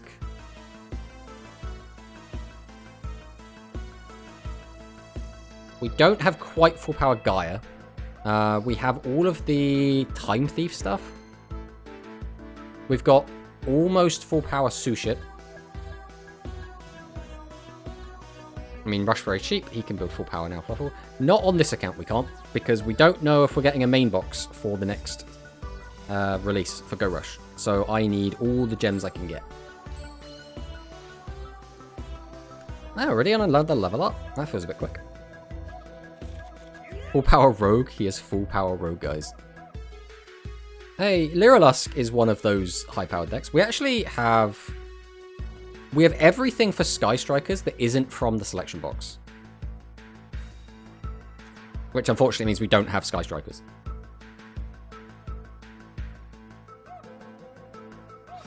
Konami try to make people play Rush. And a main box, 21k gems. Exactly. I think right now we're sat around like 17k gems. So like we're getting there. Hope we get a UR Dream ticket in October. I mean, fingers crossed. Hello, Cosmo Brain.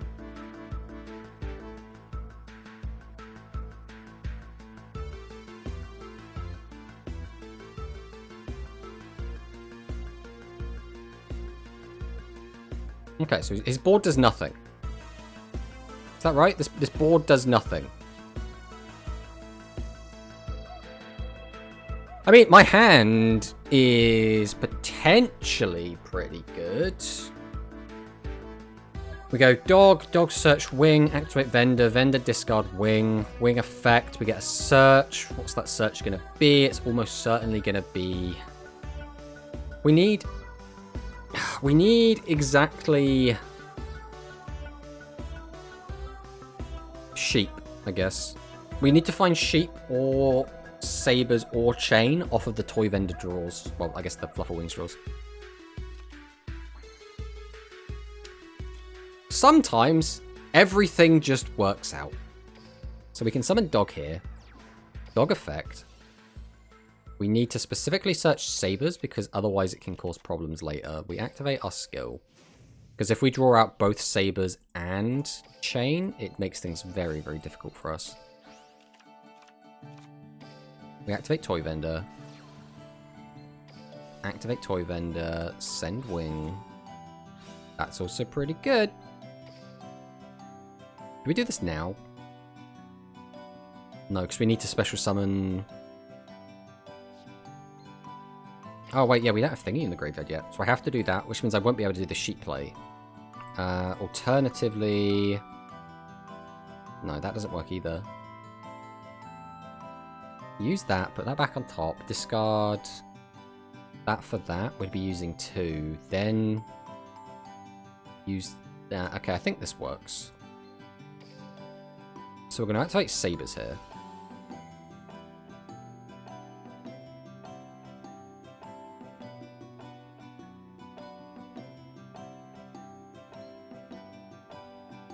No, we're going to put World 1 on top. Bring this out. Then we go... Brute. Summon out Brute. Activate the effect. Discard. Target this. Then we go Wings. Target Dog. Ah, those draws, though, are not ideal. That now means I can't do that line. Alright, we'll take Bear here then instead. Activate Bear. Grab this. Activate Vendor. Discard, draw. I mean, that's fine. Doesn't really change anything. Now we'll go Harp. Bring out Nightmare. What do we have left in here? Just that, which gets me that, which is fine. Alright, we'll go 1, 2. Bring out Galatea. Then I can go World Wand. Bring back Harp. Can activate Galatea, put back World Wand. Grab this. Then we go 1, 2. 1, 2, 3, I should say. Summon out Long. Then we'll activate Symbol. Bring back Galatea. Then I can activate Nightmare. Target Galatea. Send World Wand. Then we activate Long.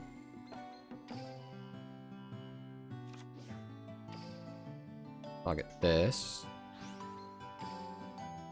Then we go Ding. Over the Long who can't attack anymore.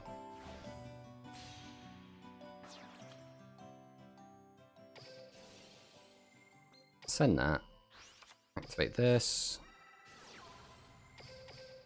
And then we should just win.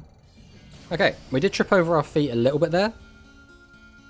I don't think the draws mattered too much. I think the problem is that we were trying to get a line that could get us to Frightfur Fusion, whilst also being able to go into a link that can discard. And I think I could not do both of those things. I think I had to pick one or the other. And in my head, I was like, I'll just do both. And it's like, no, that's not how the game works. All right, let's catch up with chat. Probably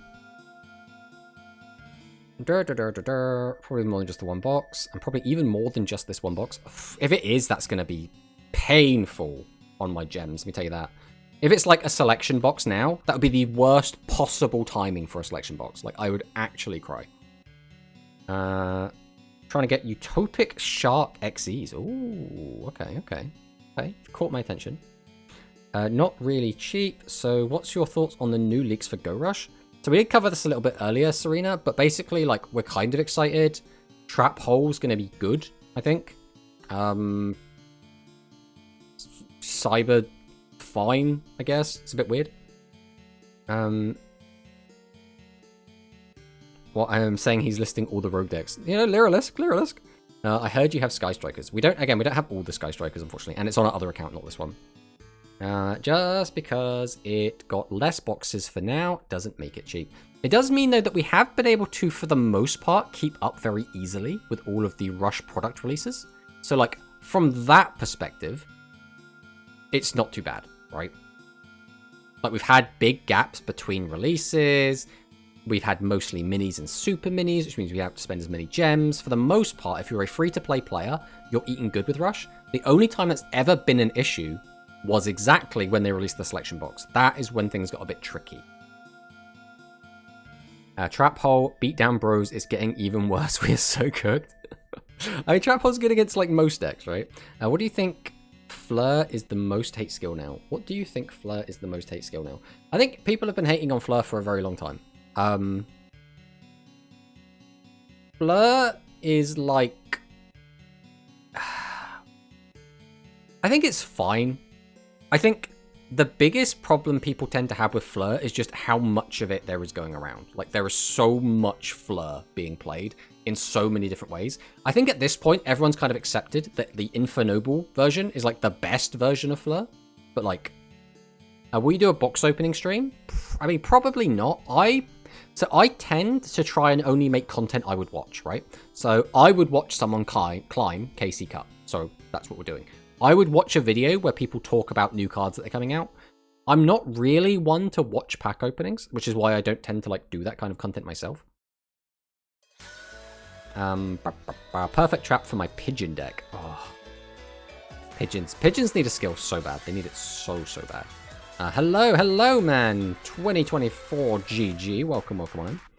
Painful for my gems, he says with 9999. That's the problem, though. I should feel like I have 9999 gems. I feel comfortable.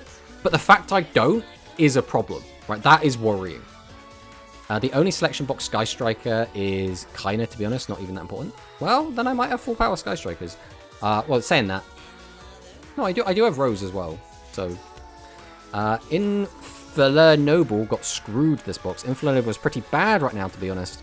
The new box screwed it over. What, is that because, like, it has a bad matchup into, like, I don't know, the birds or something? Or I don't specifically know why. It's Mewtwo is Fleur hater on Reddit. It's 100% not me, I swear. If you say so. I agree, but I don't understand pack openings. I agree to understand some pack openings. It's just not my cup of tea, right? If someone is opening like if it's like a Ruxin, right? And he's opening like actual physical packs that are worth money and there are chase pools, I'm on board, right? I'll watch that. Hell yeah, I'll watch that. But when it's digital, I don't really care. Because the other thing is, I plan to have enough gems to go through whatever content comes out 3 times. So it's not, oh, is he going to pull it? It's, no, you're going to watch me get 3 of every card. Like, that is a foregone conclusion. Now, the only, like, exciting bit is how many packs do I get to save? How many gems do I save by not having to go to the bottom of the box? And spoiler alert, it hasn't been that great for me so far. That one skill that adds Pigeon, I mean, unfortunately, that skill is still really bad, which is a shame. I don't listen to Reddit for opinions, Lamau. I mean, yeah. It's one of those things where you have to kind of just filter, like, kind of what you... There'll be some people whose opinions you'll be able to agree with, and some people who you just physically won't. And there's no, like, invalid opinion, but there are opinions that just, like, aren't necessarily worth your time, like, your consideration. They're just on 2 completely different pages. I don't understand the appeal. Pigeon getting a skill, but that one skill add Pigeon, though. Yeah, unfortunately, it's just bad. Droplet and Eclipse. Yeah. Yeah. Eclipse and Droplet both kind of shut it down. Well, they also shut down Birds, right? So I guess it's a similar thing to when everyone started playing Skullmeister and everyone started playing Lurker and everyone started playing Crow. Is those just kind of hurt graveyard decks? But, like, there were very specific graveyard decks we were trying to hit with playing those cards. And a lot of other graveyard decks just kind of got collateraled. And I feel like in that way then, Inflanoble is getting collateraled by people playing with these cards, which are pretty direct hits against the Birds. I guess it does help, though, that it does work against other decks as well, like really well. Because you don't want to play a card that just kills Birds, right? You want to play a card that kills Birds and also just so happens to work on most of the other decks as well. Not really a Pigeon skill. Everyone run Eclipse and Droplet now, which destroy them, yeah. Also, welcome on in, Quantum Cubes. Eclipse hoses Inflanoble. Yeah, that is a... It's one of those weird things, right? Inflanoble is kind of a Floodgate deck. Like, it's not really, but it plays a Floodgate. But it plays like a Floodgate that most of the time wouldn't be a huge deal. But it is in Duel Links. It's a weird one.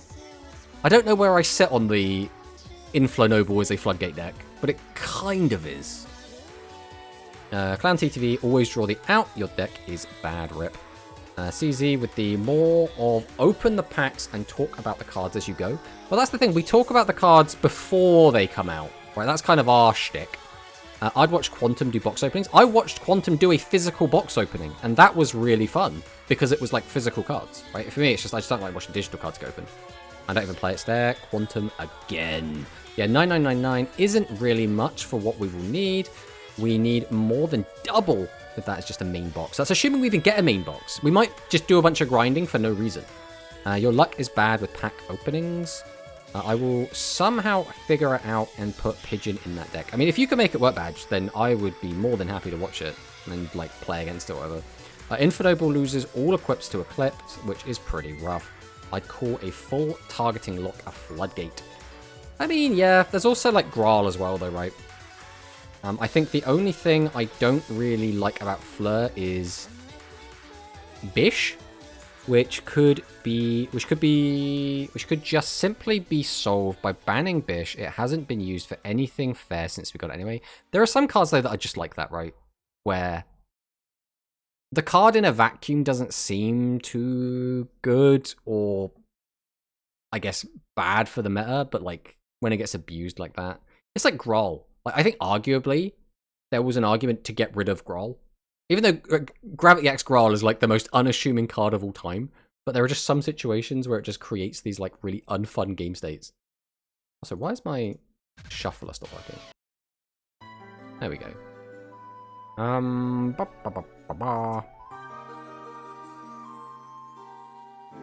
only thing I did, Droplet and Book of Eclipse carried me so hard to max. I mean, Droplet is a really cool card. arguably play Droplet in Fluffle, just because it does kind of work with what the deck's trying to do. So, like, there's an option. Inflanoble is a respectable non-Floodgate that just so happens to have the ability to run Floodgates. I mean, yeah, but the problem is, I guess, is that everyone will run whatever the best version of the deck is, and if the best version runs Floodgates, then everyone's going to play it, right? I dislike that it summons face up. They can win without them and don't rely on them. I see. Fleur, most hate skill, remember. Bro, I don't know why Konami kept that card around at 1. Not a single human enjoys Bishbalkan. I mean, why do they keep a lot of Floodgates around? Why in the TCG are we putting all of the annoying Floodgates to 1 and not just getting rid of them? It's one of those things where I feel like if your argument to Floodgates is we need Floodgates because otherwise the format is out of control, then we've already fucked up, right? We've already hit a point where why is the format in such a state where we need Floodgates to help it, right? It's a band-aid fix, I feel. Didn't you say that Brian had a poll and Star Seraph won? Oh, maybe. Null is respectable. Metal Silver is straight up bullshit. I think both of them have arguments, because the problem with Graal is it turns off a bunch of skills, right? There are so many skills that just summons guys face down defense, and then you're supposed to be able to flip them up. And Graal just goes, no, you don't get to do that. Stop. That's where it gets a bit like problematic, I think. Grind full of alternative accounts. Reddit is more available. Bish Balkan before links. My reaction to Bish to 1 was this doesn't do anything. I mean, there's a lot of restrictions. Anytime anything in the extra deck goes down to 1, I'm always a little bit like, was anyone going to play more than one of this anyway? Star Seraph is by far the most hated skill between it and Fleur. I don't even think that's that much of a hot take. I think a lot of more casual players will hate Fleur more because they'll run into it more, but people that are playing at a competitive level, as in like playing in tournaments regularly, are probably going to hate Star Seraph a bit more. Reddit is 100% quantity, 0% quality. I think that sums it up pretty much. We need to locate the Konami employee that keeps defending these cards up in light. Actually, they hit my Fleur Asarctic by doing that. No, not the Asarctics! How could they? Everyone can be bad at the beginning. Reddit has some posts like this. Event 5 years ago, I asked my Navi can't negate counter trap. Infonoble players finding the most niche equipped Floodgate that was printed in like 2005 and has never seen play at all until now. Yeah, and it's funnily enough an anime card as well, right? It was used by like Raphael in the Waking the Dragons arc. Right. Enough yapping. I want to play more card games. We're gonna lose to the timer. We're going to be down to 20 seconds on turn 1, and Manikist is going to call me old again. I'm ready. My mind and body are prepared.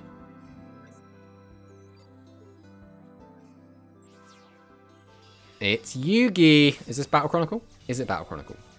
Tell me it's Battle Chronicle. It's not Battle Chronicle. This could be anything. We're going first into God knows what.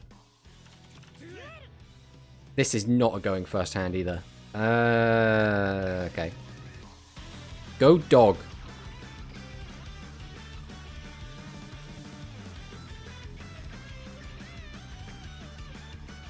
I think you have to take bear. There's literally no other option. Activate bear. So now it's like pray we hit a good Orcust off the top. That's kind of our entire game plan right now. If we hit one, we're good to go. If we don't, we are basically screwed.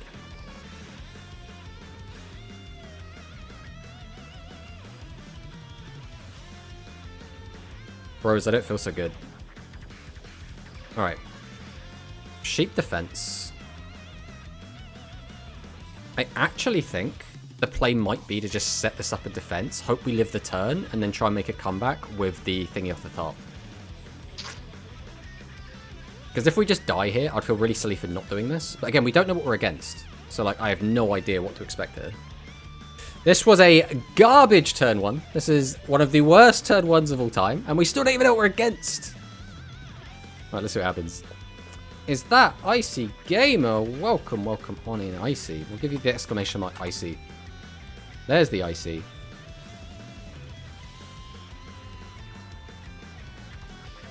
Right, real talk, guys. Is there any point to running Winged Karibo? Or is this like a meme anime deck? What? Do people play Winged Karibo?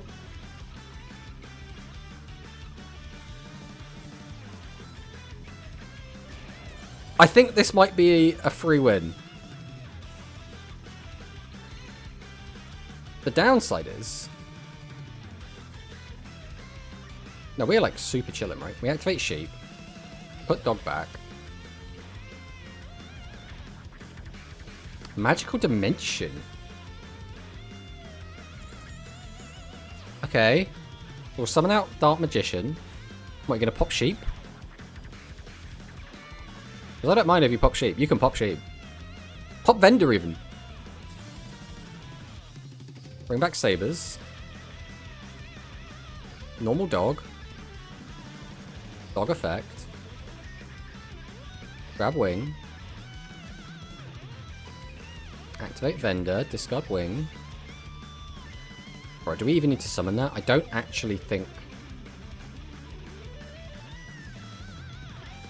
No, we're going to get Jaws anyway. We're going to summon it. We're going to summon it out. Out you come. We'll go Wings. Banish Bear. Draw another card. Use the effect of Toy Vendor. Grab Bear.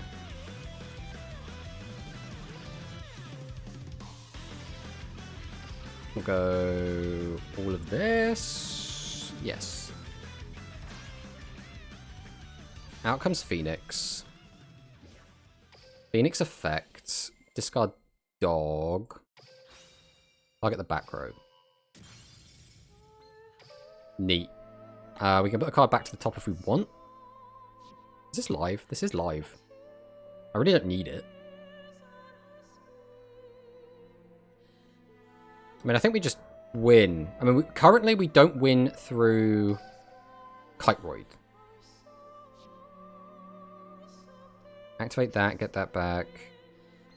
Right, let's do this. We will go Sabers. Put this back on top. Bring this out.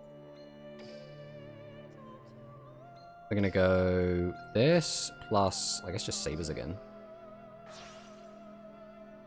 Bring out Brute. Activate Brute. Discard. Target this. So if he has Kiteroid, he loses this, and then I can win through Kiteroid. If he doesn't have Kiteroid, then this dies. Okay, so we're fine. So we go Fright for Fusion. Make Tiger. Use this. Use this. Summon out Tigerino. Tigerino effect. Pop DM. Nothing else. Swing. Go get him, dog! We did it! We did it! Alright, let's catch up with chat again. Where were we?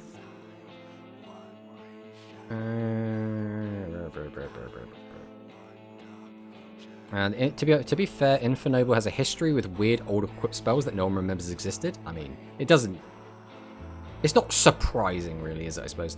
Honestly, Captain Roland shouldn't be able to send any equip to Graveyard. The thing is, what would you limit it to, though? Like, just Infernoble ones? Like, if I recall correctly, they broke Smoke Grenade IRL some time ago. That's why I had to get banned. Yo from Icy, looking for a good post on Reddit is like trying to find a piece of hay in a pile of used needles. I mean, that's, oof, that's pretty, oof. Yeah, we're playing speed today. I see why Fluffle in not enough tier. What the fuck? I should have been in that stream. Now they got it banned from all formats. Speaking like Trump there, this is a garbage hand. This is the most garbage hand of all time. I mean, I like to think that me and Trump don't have too much in common, but I suppose you never do know. You can play the Karibo deck. It's not good.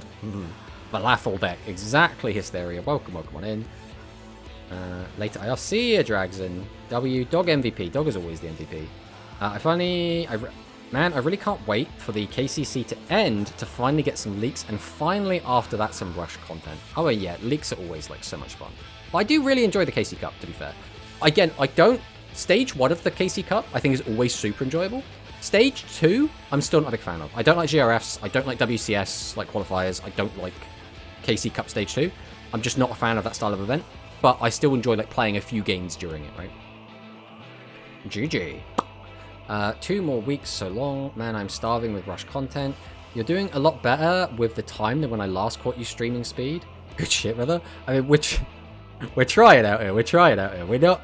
We're not good, but we're getting slightly better. I don't let Konami hear that. Give me physical Rush and Duel Links Rush content now. Go Rush World. Go Rush New World Gems. Please save me. I have no gems after the new box, and I'm still going through it. Ooh. That's kind of yikes. That's always going to be kind of yikes. Now, they should do an actual tournament for Phase 2. The problem with an actual tournament is there are so many problems that happen, right? Like, it's the reason they have it the way they are, because if one game goes wrong, if you disconnect, if some bug happens, you just go, oh, there's only one game, whatever. If it's like a knockout or a Swiss tournament and one game messes up, people are going to be furious, right? And it's so hard to automate that and not have a physical human being there to like fix the problem.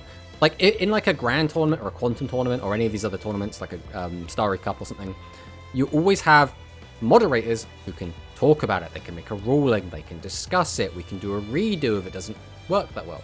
In an automated tournament, you don't get any of that. So it creates so many weird problems, especially with DDoSing.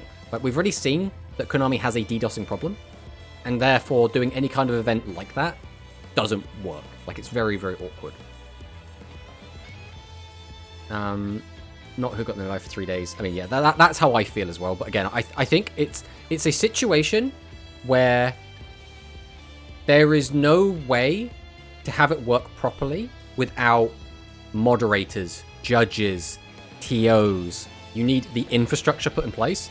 And if you did a massive event that's like the entire player base is going to be playing in, that's like a Grand Prix or like a Quantum Daily on steroids, right? There's going to be so many people playing. You need so many people there to be able to respond and fix problems as they arise. Like, it's just so awkward. KCC style events are fine in my opinion, but I prefer it to last 48 hours instead of 72. Yeah, I mean, it's going to depend on personal preference for a lot of it, right? God, how do we even want to play this? If I use that, I can get that. We can do Toy Vendor to Toy Vendor, which is a little bit annoying. We can just send that to Graveyard. We want to get that out as well, so we can just go for a normal summon on that. Toy Vendor gets us what? Problem is, I haven't been paying too much attention. As is, we don't have anything. We can get 2 monsters out, which is actually not too bad. We will start with Bear. We'll grab out Vendor. We can flip this over. We could even discard 2, but getting that out doesn't really do anything, so we kind of want to normal summon this. So we're normal summoning this. Then we want to use Edge and Persist. We're going to send this. We're normal summoning this, we don't even need that right now. Right, let's summon out Symbol Skeleton, see if he responds. Nothing so far. Now I'm going to activate Sabers. We'll pop this on top. Summon this out. Then I'm just going to link off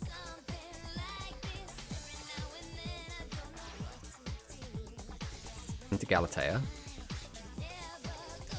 Activate Vendor, discard Vendor. Summon Bear. Toy Vendor effect. I can't use this now because we've already used... Oh, we haven't used it yet, actually. So I could actually still use that and get an extra summon. Are we likely to have a discard? I mean, potentially. Right, we'll grab this. Special Sheep. Activate Sheep. Bear back. Bring out Chain.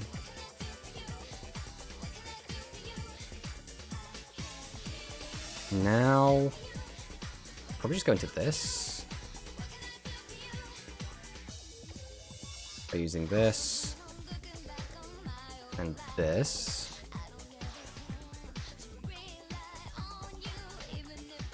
This is the issue. My brain worked too slow. We're just hemorrhaging time.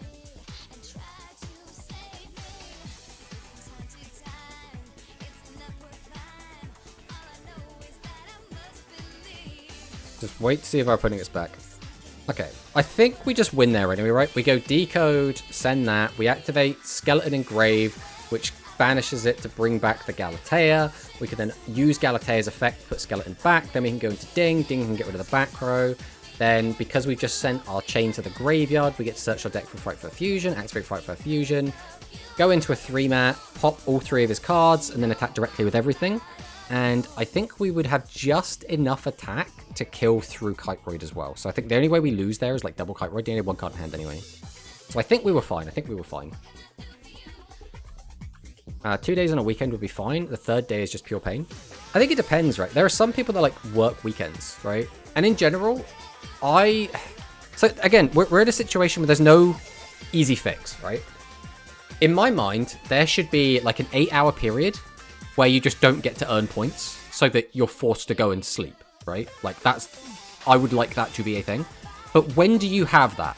Do you have it set to your local time so that you know, other people could still play while you're asleep? Or do you set it to a global time, in which case someone in the world just gets screwed because their 8-hour period is going to be in the middle of the night? So it's like, or like in the middle of the day. So then it's like incentivized to stay up all night. So like there's no like easy way to do it. You're just incentivized to stay up for 72 hours. Even if it went down to 2 days, you're still incentivized to just not sleep for 48 hours. Just grind. Because in general, in those events, you get more points for a win than you lose for a loss, which ends up just meaning just play more, get more points, right? Yeah, it's not healthy or fun. The thing is, so I have never tried to top in a GRF or a World Championship qualifier, right? I've never tried, but I did try in Speed way back when I used to play before I stopped playing Speed. Like, this was like 2019 or something, right? But in Rush, I have never tried to. And every time I have played in a GRF in Rush, I have had a lovely time because I play about 20 games a day. And 20 games is enough where I'm not going to burn out and I'm just going to get some nice, high-quality, ELO-based games against other people. So generally, when I played in the Rush GRFs, I'm playing in top 100 and I'm playing against other top 100 players. I don't usually finish in top 100. I think the last 2 I played in, I finished just outside of top 100. But like, I'm playing against some of the better players in the game, playing against guaranteed really strong decks, playing against guaranteed really strong players, and that is really, really fun. I do really, really like that sort of thing. Even back during the first GRF, when it was Invasion meta, when it was, what was it called? It was Hell Tuning Invasion with Royal Rebels Invasion, and that was arguably the most toxic deck that we've ever had in like Rush Duel. But that was still fun because I got to play the mirror, I got to learn it, I got to play against Overlord, which is like the other really good deck at that time, and I got to learn that matchup as well. And it was just really good high-level gameplay, really condensed. And I think that is a great thing, because right now, one of the problems that King of Games has is I feel like in King of Games, everyone's a winner, because there's no ELO system up there. Just anyone that gets into King of Games is in King of Games. You can't go up, you can't go down. People will play whatever. So King of Games is just not a competitive environment, in my opinion. Like, once every like 3 or 4 or 5 games, you'll get an actual game. And then every other game you're playing against, like, I'm going to see if I can make Beast Gear work. And it's like... But then on the climb up, you usually get the opposite problem of you play against everyone that's kind of free to play, and you play against the same decks again and again and again and again. So for example, on my climbs like last month, I had almost every game was Overlord, Overlord, Overlord, Overlord, Overlord. Oh, a Psychic, Overlord, Overlord, Overlord. Oh, Blue Eyes, Blue Eyes, Blue Eyes, Overlord, Overlord, Overlord. And it was just Overlord so much, so much. It was just like so, ugh. I would really like to see some sort of like ELO system put in, but I feel like Duel Links is kind of already at a point where they're like, we want everyone to be a winner. Nobody's a loser, right? Therefore, if you've just made King of Games, congratulations, you've done it. You're on the same level as everyone else. But that means that that level is so wide and so many people are in it. I live Rush, but I'm not trying GRF. It's just such a hassle. Yeah, exactly. But that's how I feel as well. I still enjoy it. I enjoy playing it. It's a great place to sit there and play some games and have some fun. I don't want to push like top 100. I don't want to push top 10. I think that is the quickest way for me to burn out of a game that I love, right? I genuinely think if I tried to qualify for Worlds, or if I tried to get like top 10 in a GRF, I would burn out and I would just want to not play Rush for like a couple of weeks. I would just want time off. Which, since it's come out, I have never once been like, oh, I want to stop playing. I've been enjoying it the whole time, right? I tried this year's Rush, but after day one, I just fall asleep. I played a little bit in this year's. I got to play Noodles, though, and this was back before Noodles got nerfed, and I loved that deck, so, like, I'm always going to have fun playing it. I think, again, we finished just shy of top 100, so, like, we were feeling, like, pretty good about it. Stage 1 of GRF is pretty fun. Stage 2 is Despair. Yeah, I feel like Stage 1 of GRF should just be fun, gems, drum up excitement, everyone's having a good time. Heck, put the NPCs from the Rush, like, GRFs in the KC Cup. Like, everyone's just here to get rewards anyway. We're all just gonna have a good time. Just let people do that. Let them, like, climb up to, like, I don't know, rank 15 off of just NPC duels. I think that'd be fine. It's then Stage 2 is where we get sweaty. Stage 2 is where we get tryhardy. And I think that is completely fine. I would love for that to be a thing, personally. Alright, let's jump back into another game. We're kind of walking a fine line where we don't want, like, opponent doesn't have a board and passes. But we also don't want, like, Lyrilusk or Borrelink or, you know, we don't want a crap opponent, but we don't want a really good opponent. I want someone right in that middle ground. That's what we're looking for right now. Although so far, we haven't really played against meta so far, like on our climb. Eternal Bond. Ooh, this is our old adversary. This hand is garbage, bro. Okay, we are going second, which is generally better, but this hand, as is, does literally nothing. So this game might be over before it even starts.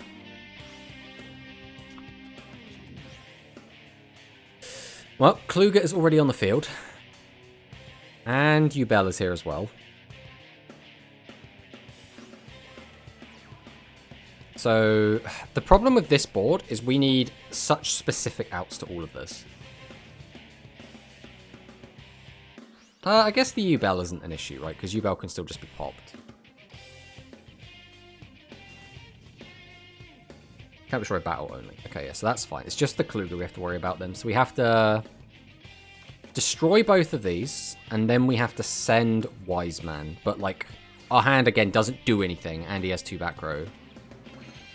Our hand still does nothing.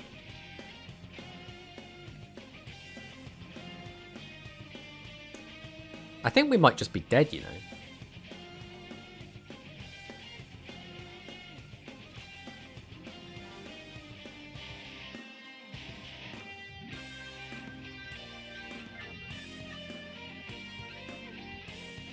I think we actually set wings because there's like a lower chance that we die off of wings. I think we're still cooked. I think we're just dead.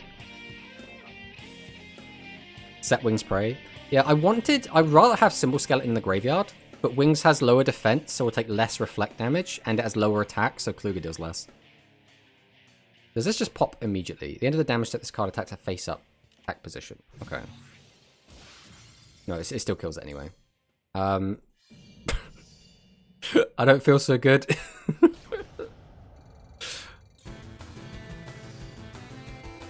Goddamn Liquid Soldier. I wonder if that Liquid Soldier was off the top. I don't think we can find out if it was or not. It's okay. We opened like one of the worst possible hands we could open. If we found Bear, Vendor, Return, Dog. So that was what? 3 Dog, 3 Bear, 2 Vendor, Return. There were 9 cards we could have drawn that potentially do something. Also, if we had found Sheep, or Sabers, or Chain, we can also go Link 2, make Phoenix, discard, like, assuming his back row is nothing. So that means there were 12 cards in our deck that we could have drawn that actually kind of get us out of that.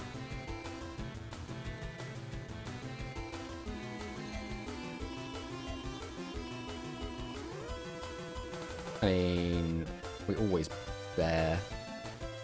See if there's any delay anywhere. Looks like no. Summon Dog. Is there a delay? No delay on that either. Okay. I I mean, we just take wings, right? There's no reason to do anything else here.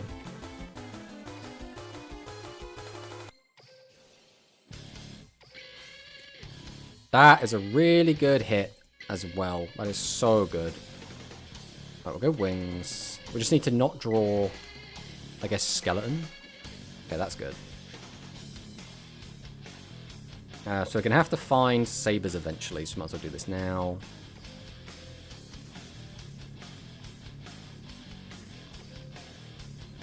Send this, and this. We still don't have that online. We can use that if we want. We still have that as well. I would really like to find thingy, but that's just not going to happen. Alright, we'll go Toy Bender. We're just going to activate Toy Bender straight away. We're going to see if we can hit something. That doesn't really change anything. We can use that in a sec anyway. So I'll go Harp here. Summon out Skeleton.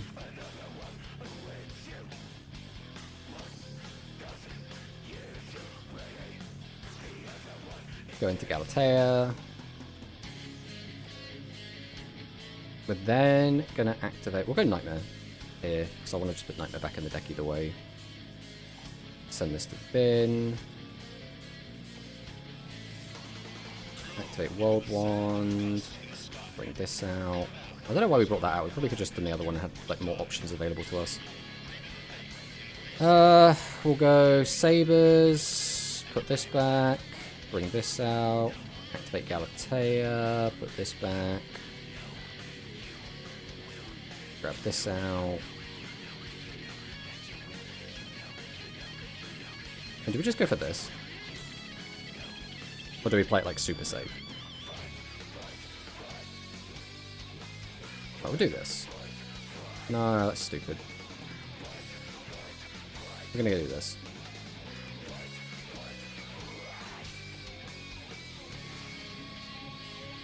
Summon out Decode. Skeleton. Bring back Galatea.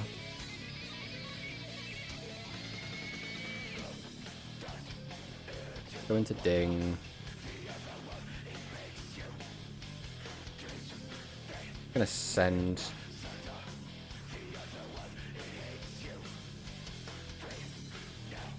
Send that to Kraber doesn't do anything. We're kind of out of other plays, so I think we just go battle and just hope he doesn't have Hyperoid. Which he doesn't, so we're fine. We are fine. We are A-okay. 3 useless ugly cards in hand. Penguin, Dolphin, Patchwork, Scythe, Whale, go bruh. We win, we win, we win. Orcust, every deck can discard card, dump, Dark Archetype Agony. Orcust is a cool deck. Like, I don't care how much you hate it. Orcust is cool. And I still stand by, I think this was the best way to play Fluffle before we got all the new cards that came out. And I still actually think there is an argument that this deck's turn 1 end board is better than the modern one. Because the modern one is going to be what? It's going to be Dweller. Ideally, you have a Scythe in hand for a Whale play during your opponent's turn. Sometimes you'll have the 3-mat or like a sheep. If some people play the Frightfur sheep.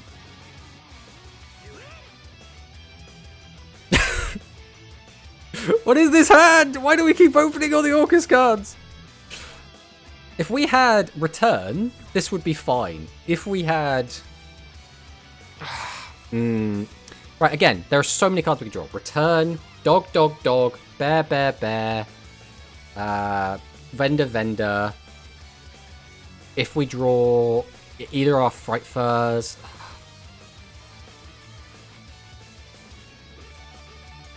Do we just summon an attack? Or do we just go defensive?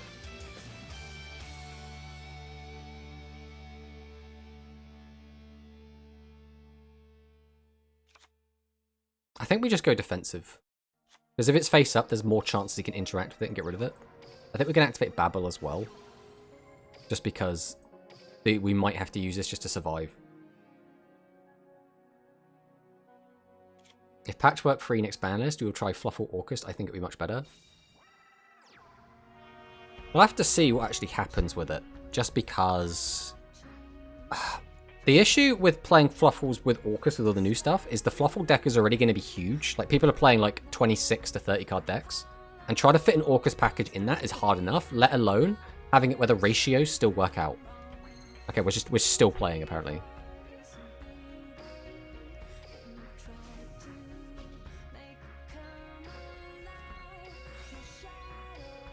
Send all of this. We flip up Harp Horror. See if he does anything to this.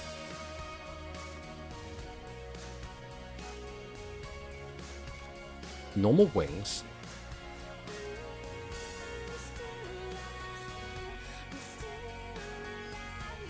Treacherous Trap Hole. I mean, we can still play.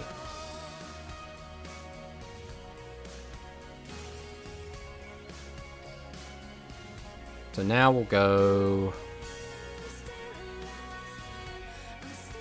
It doesn't end well, but I think we still do it anyway.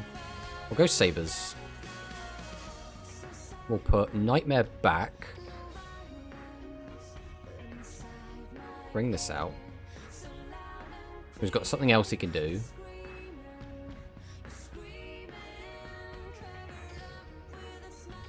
Harp Horror.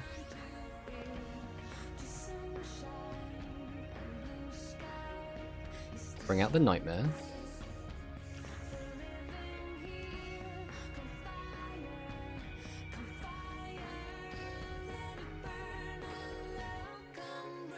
We'll go into Galatea.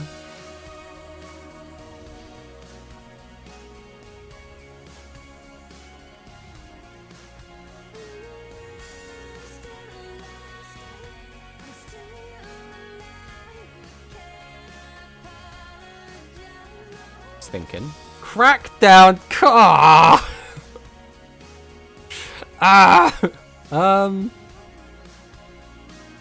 Right. We activate Galatea. Put that back in.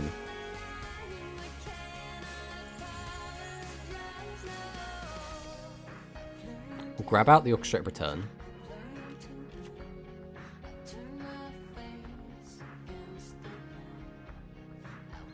Right, Orchestrate Return. Put this in the bin. So we don't have a normal. Oh, I could put that in the graveyard. That gets me an extra normal. Do we even bother using the vendor? That's the question. Is that another raid from MacGyver TTV? Welcome, welcome. Right, we'll put Symbol Skeleton in the bin. Then we can go World Wand. We'll bring this out. We can't use that even. So I think... But even if this goes off, it doesn't do anything for us, right? Because we use this, discard this. If we get a Fluffle, we can't summon it because we're locked into Darks. And we don't have another Fluffle... engraved anyway. It would have to be exactly bare. God, do we even go for that?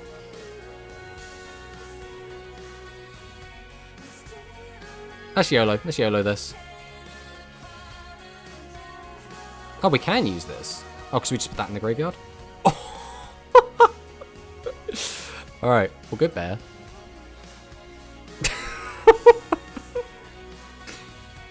So what this does is it turns this on.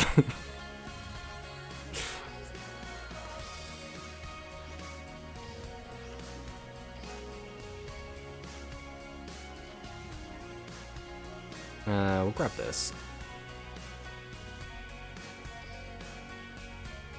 So now we're going to use Skeleton. We're going to bring this back. Then... I think we do this, right? We go 1, we go 2. Summon Galatea.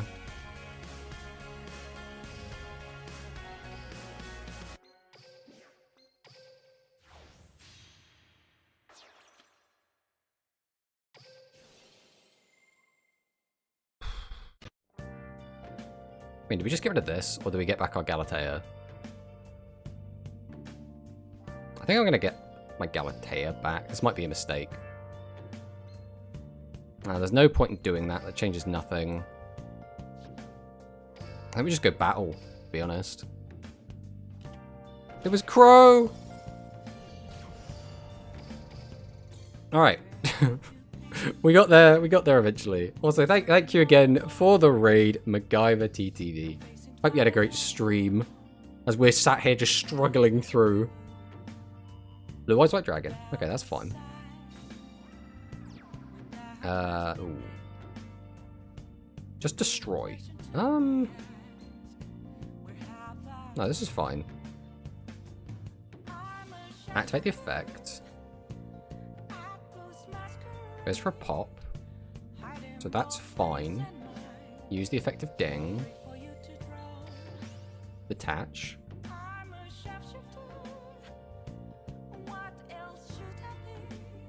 Now, how can Orcust be so fun? It's truly mesmerizing. I love Orcust.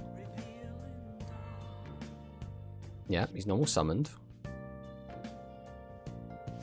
Battle Chronicle. Add Successor Soul.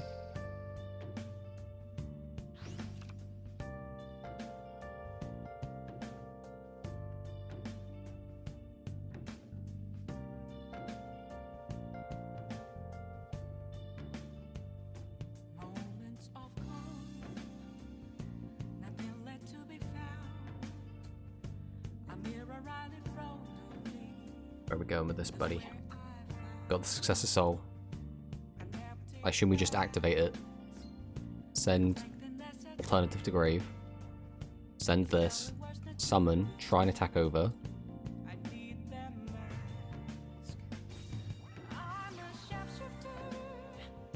Okay. Send. Summon out another Blue Eyes. Why? Well, we're going to use Galatea here. I want this back.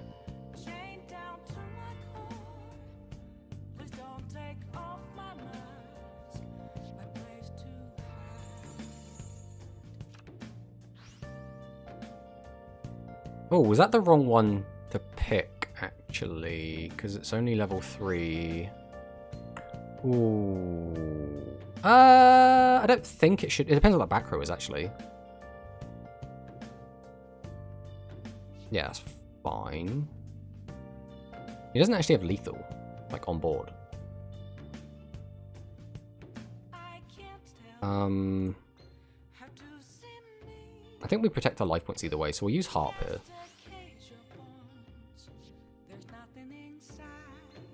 We'll grab this out.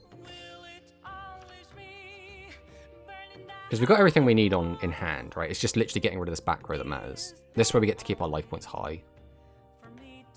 What does this even... What do we even have left? Oh, we still have this left. Boop. I'm not gonna lie, I thought we were completely out of Orcust targets. He just left it on the field. I mean, I'll take that. Summon Dog. Dog effect. That back row is still something. It's Ultimate Fusion! Face-up cards your opponent controls. Does that matter? It kind of does, because I kind of need my Fluffle Sheep to do a thing.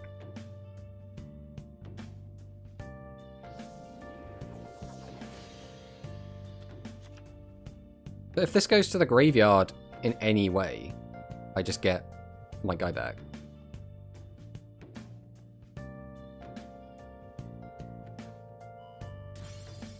We just pop the 1. I get Bear back. So 50% of my deck is Bear. We'll activate Sabers. We'll put Dog back. Flip over Toy Vendor. Activate the effect. Discard Bear. Then we'll summon out Dog.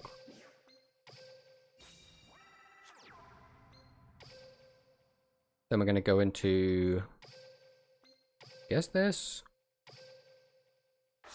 Yes, music. Don't stop playing. Did not command you to stop. Summon this up. What does this do? Banish Scarf from your graveyard to get the activation. Okay. Activate sheet. This back to hand.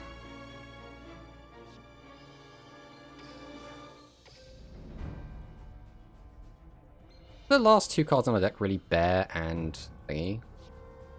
Well, I guess we'll activate this. I'll get this.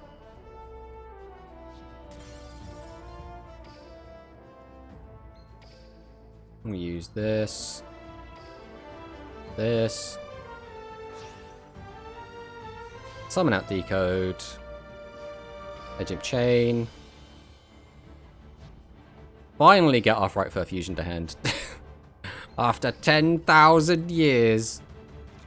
Right, we'll drop it down.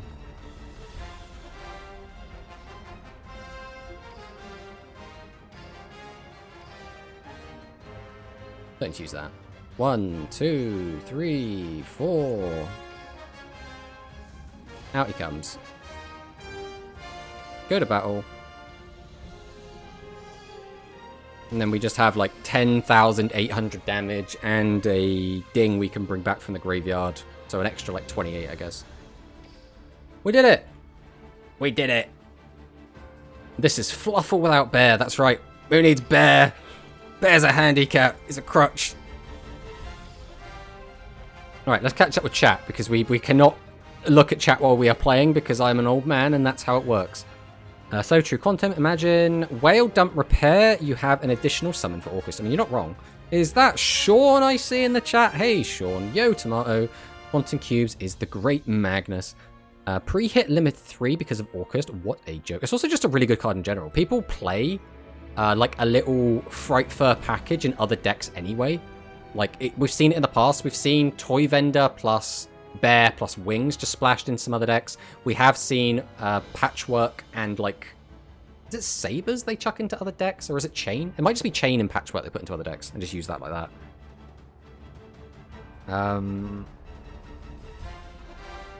Can't believe you said that. Bear gonna slap you. Bear is amazing, right? Well, Bear is crap. Right? Let's say this. Bear is actually dog shit.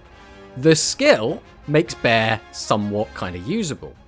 I will say that the skill kind of lets you not have to play Ding, right? Because Ding is your kind of out to everything, and Bear kind of does that anyway, right? Bear lets you deal with a monster that you otherwise couldn't. It's good with Chain in Predaplant, I see. I knew there were some decks that did play it. Alright, let's jump into another game. Let's see what we can find.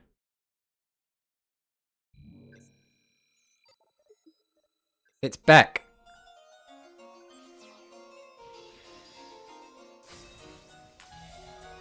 Another Aster Phoenix, playing an Archive skill, and this is actually a level up game. That'd be cool if we did win. Strongest skill effect in Duel Links, suck anything event you are unaffected. I don't know if I agree that it's just the strongest blanket effect. It's definitely the most like proactive deal with a board effect I think we have. Because most other ones would be like, right, we'll let you search for the thing that you need. Alright, summon dog, dog effect. It's always... Do we even want wings? Because we're going to do this, which means we have to discard this. So I actually think we take sheep here.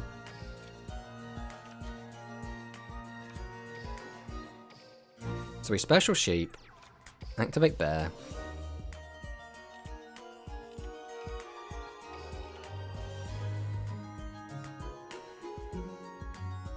Alright, we just need to not hit the only two... Okay, that's fine. That is perfectly fine. Right. Put that back in hand. Grab out Chain. Go Harp. Summon Nightmare. Galatea.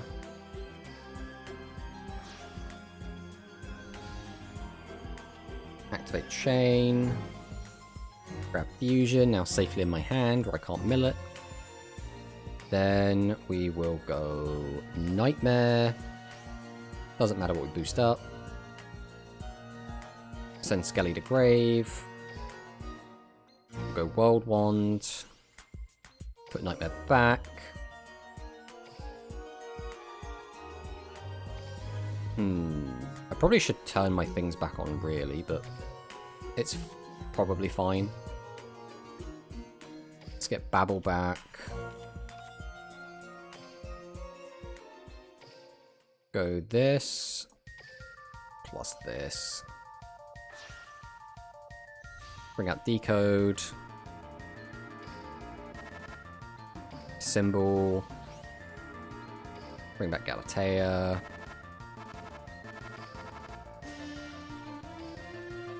Overlay into Ding. Ding effect, attach skeleton. Flip this over. Pass turn. Alright. And it looks like we're on an ad break. Time Thieves! Oh boy, okay. But this is a tiered deck.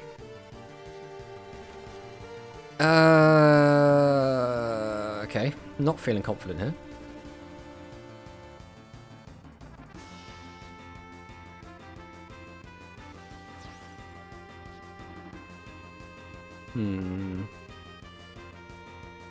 You're going to lose to Arc Rebellion? Probably.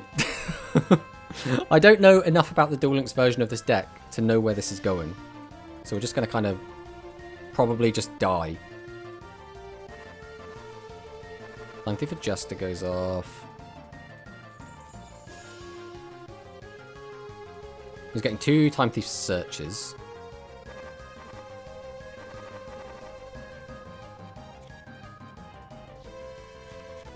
Grab starter.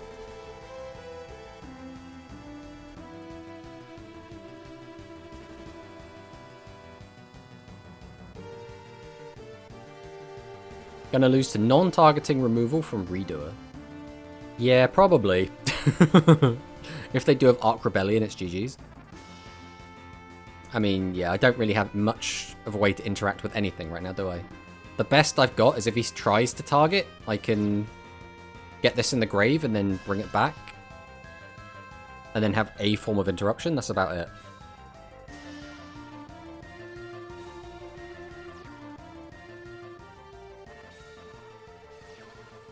Time to start up. That'll get him another special. Probably another 4. Gets out the Bezel ship. Bezel ship. I don't know how you actually pronounce this one. Well, he can't attach anything other than a monster. If he wants to do that. Go into Perpetua. Okay, Perpetua is the one that I haven't really seen played before. Draw this time, I face you touch with its card. Take it 1 time to touch the graveyard. Quick effect, you can target 1 extra you control. Attach 1 time to the deck to it as material. Oh, so he's now going to just grab a trap.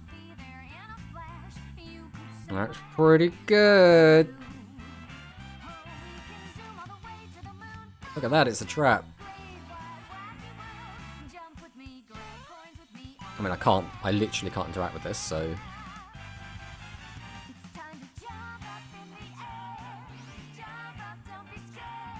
Well, we've lost our negate. We don't have that in the graveyard, so we can't even bring it back from pop.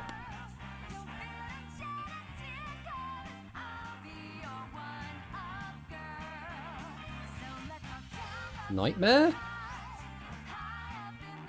Target this?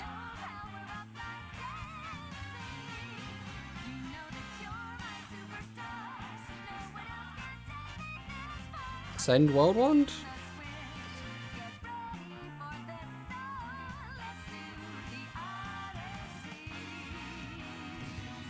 Bonk. Regulator's effect activates. Let's him bring it back.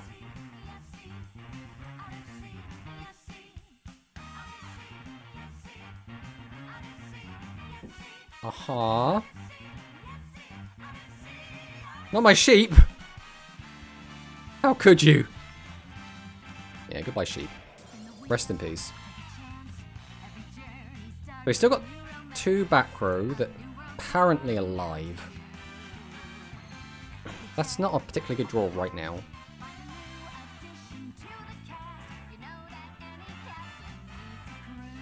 Activates Perpetua, so this is... You're in the standby phase, attach 1 to this card, take 1 totem from your graveyard, except to special summon that monster. Ugh, don't do that.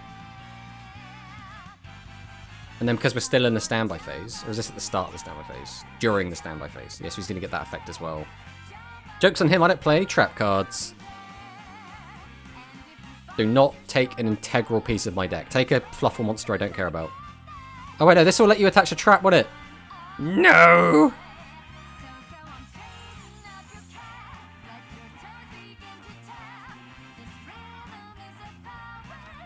So he has the trap now, so we can just get rid of my guy. Right, we'll start by summoning Dog. Let's see if he wants to do anything with this. I'll activate Dog effect.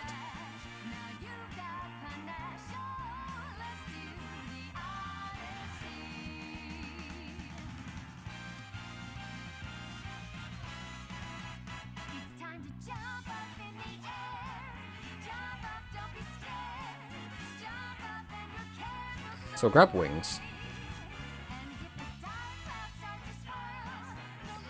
We'll activate Vendor, discard Wings.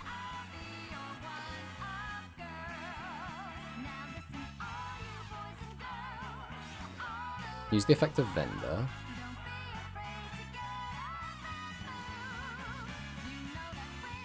This is my entire deck. It's those 4 cards. That's all we have left. If I banish, we're just drawing those.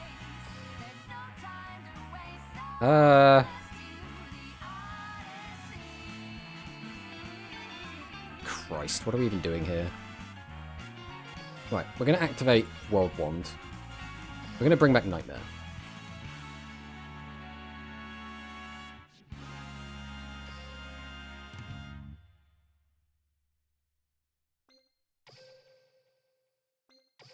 We're going to go back in to Galatea. Is he going to do anything here?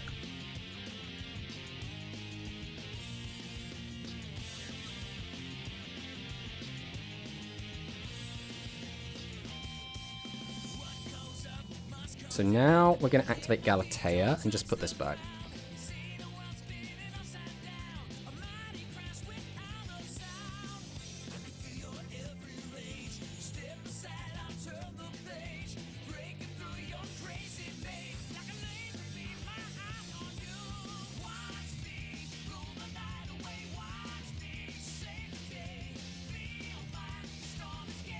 What is that one?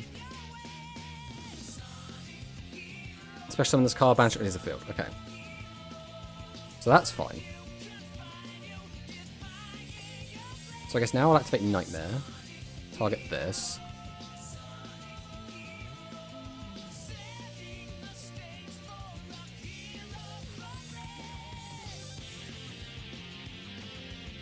Oh, we've already used that this turn. There's no point in using that. Doing that doesn't do anything either. But do we just activate that and just pray? Or do we go for like... I think we go Skeleton here.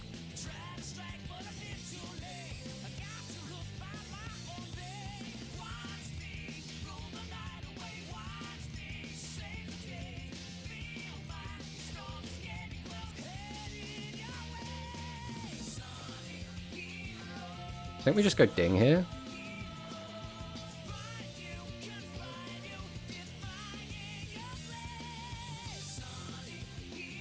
So now we just have to 50-50 this, unfortunately.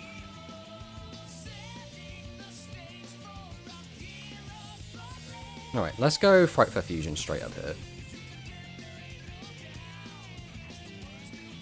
Oh no, it's the counter trap!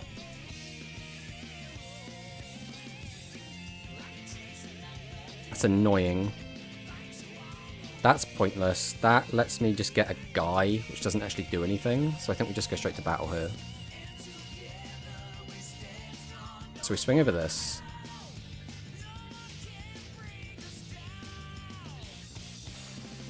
I didn't read that one's effect. Attack again anyway. Finish card. Inflict your opponent instead. Okay. That's fine. I mean, I feel like it could have been worse. Read it has reverse burn. I only had 17 seconds on the clock, Madakist. I can't read that quickly. Attach one card from your graveyard as material. Okay.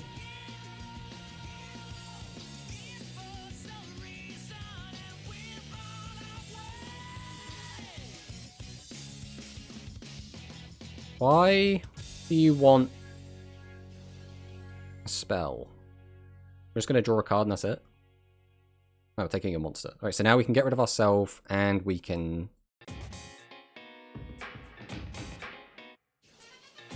great, what does this one do? Okay, special summon it, banish it, release the field. You can trigger this card, type 1 time to flexibility you control, attach one card from your opponent's graveyard to its material. Okay, that's fine. There's nothing in my graveyard that we don't really care about and take in. We have no traps. No, I don't want Toy Vendor. My deck's looking thin. I don't need any more cards.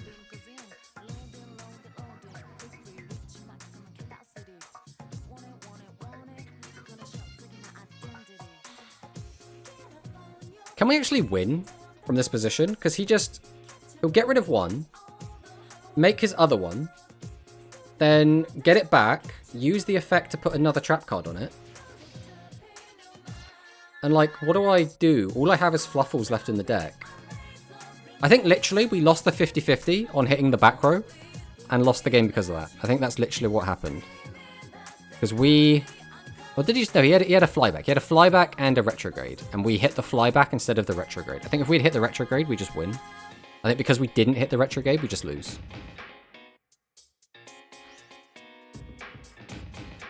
Because no matter what we do, we lose the top card of our deck. Because this is going to suck it up now. Which means we can't even get a special summon off of Vendor. Perpetua puts a trap card on there, gets rid of that, and then this is all we have to work with, so we just lose. I mean, I can put a card back on top, so I can put Dog back on top. Then get another guy out, go into a Link 2. But like, what does a Link 2 do? Like, I can go Enforcer, discard. I don't have any way to like game him when he's on 33. He has a trap, right? So... Oh, he doesn't have a trap? Why doesn't he have a trap?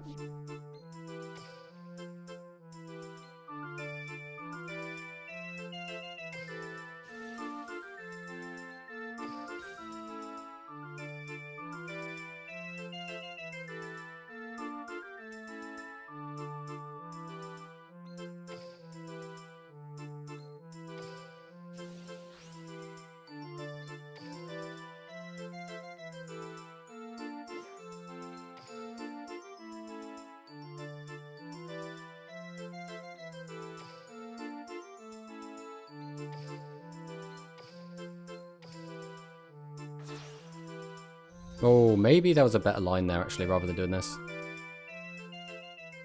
Maybe. Depends.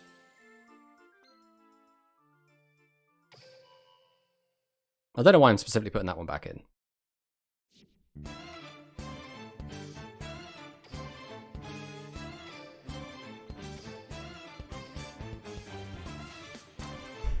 Ding. Send a card.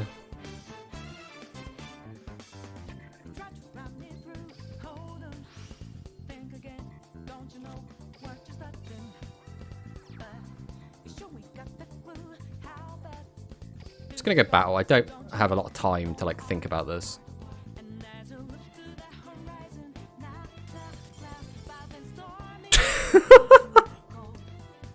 Couldn't he have just attached a trap using Perpetua and just won there? Like, could he not have just done that? Am I stupid, or could he not have just done that? I swear I should have died there, but he like misplayed.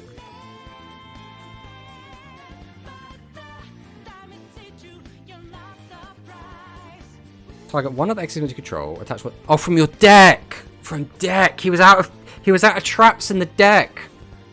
Oh. Can you look at my replay?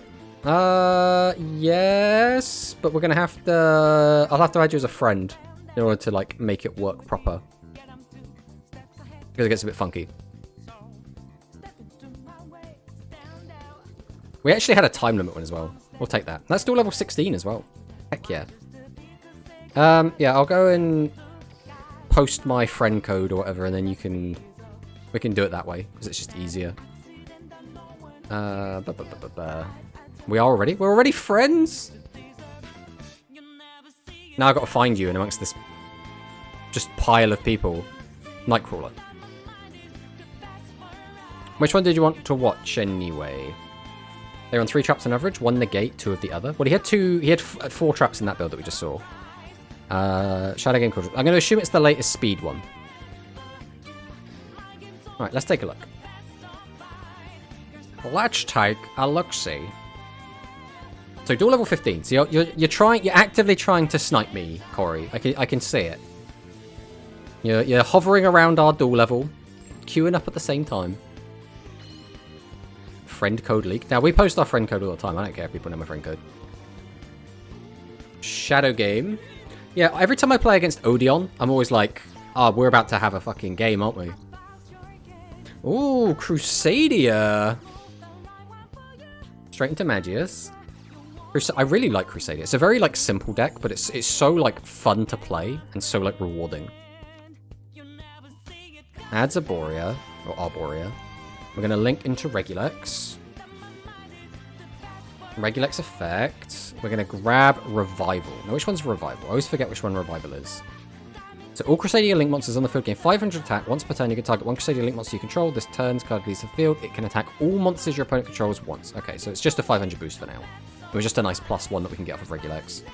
Activate the Revival. Legend of the Heroes, because we have our beautiful Equimax on the field. Gain our life points. Then we're going to link those.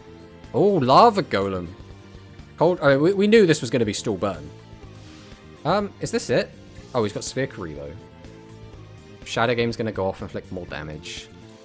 Cauldron of the Old Man gets its second counter. We're going to increase our life points rather than burn. Venom Swamp? Okay. I haven't seen Venom Swamp in a while.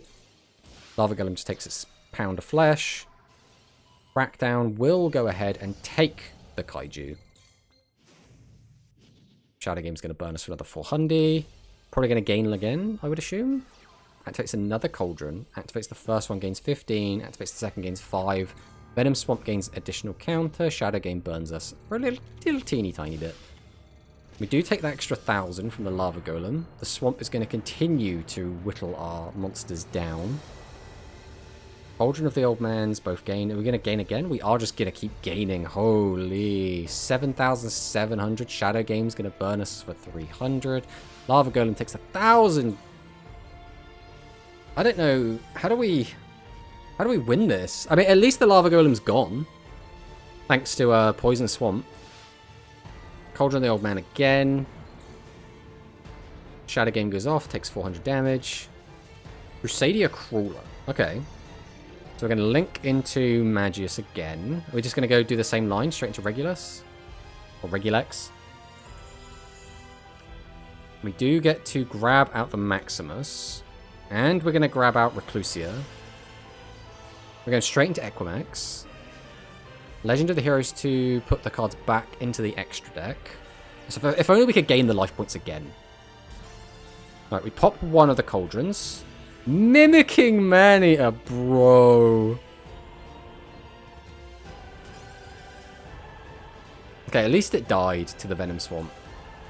But now he just burns us with Cauldron? Oh, we can negate with Equimax. I always forget Equimax even has a negate. Right, Shadow Game comes down. 8,000 damage. We do not have long for this world right now. We can get back the Equimax. But can we use Equimax's effect if it doesn't point to anything? Tribute one Crusadia or what legacy monster this card points to. Yeah, so we're just cooked then, right?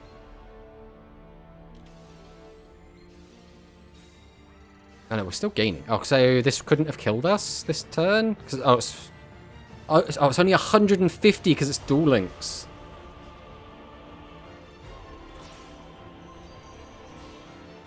Rastaliger comes down. Rastaliger effect. We're going to gain a crap ton of attack.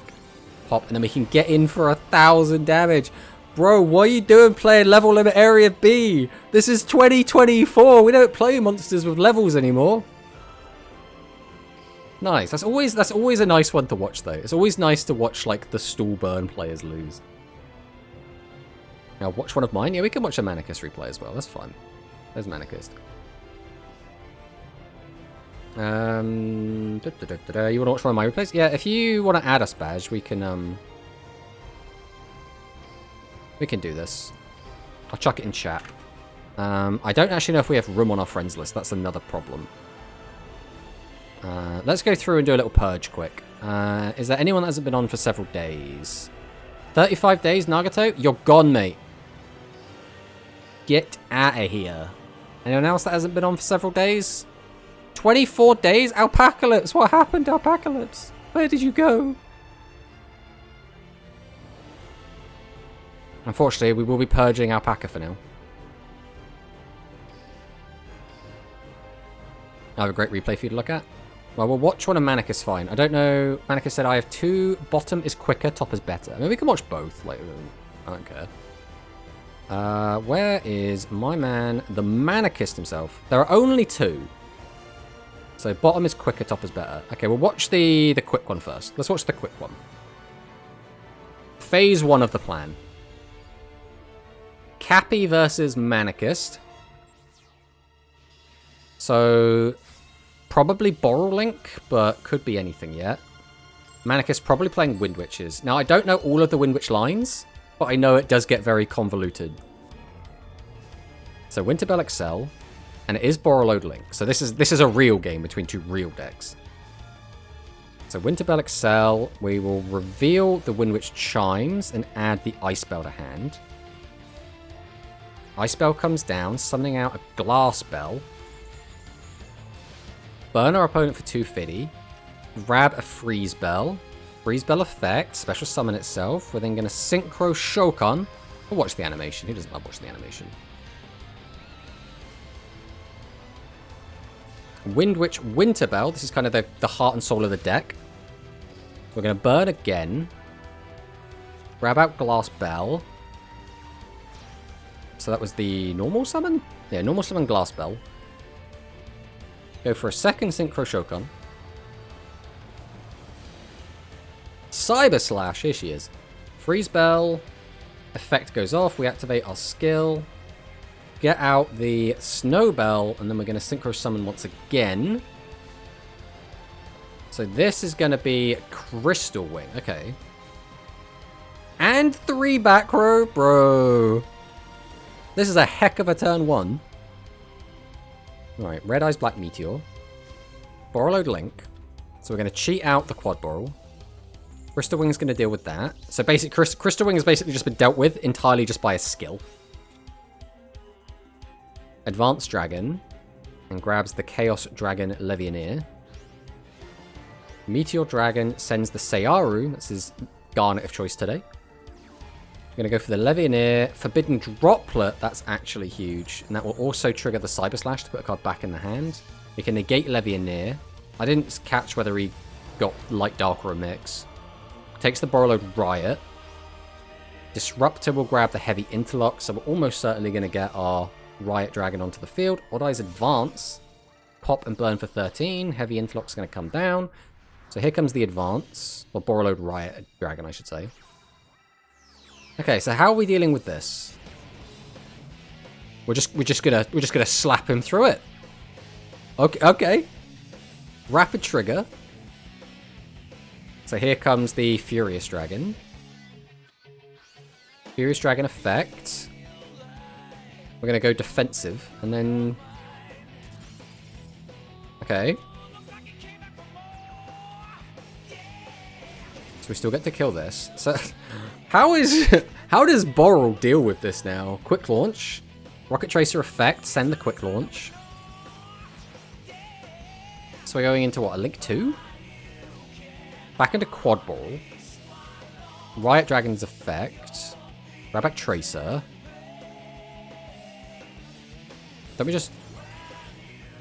Where are we going with this?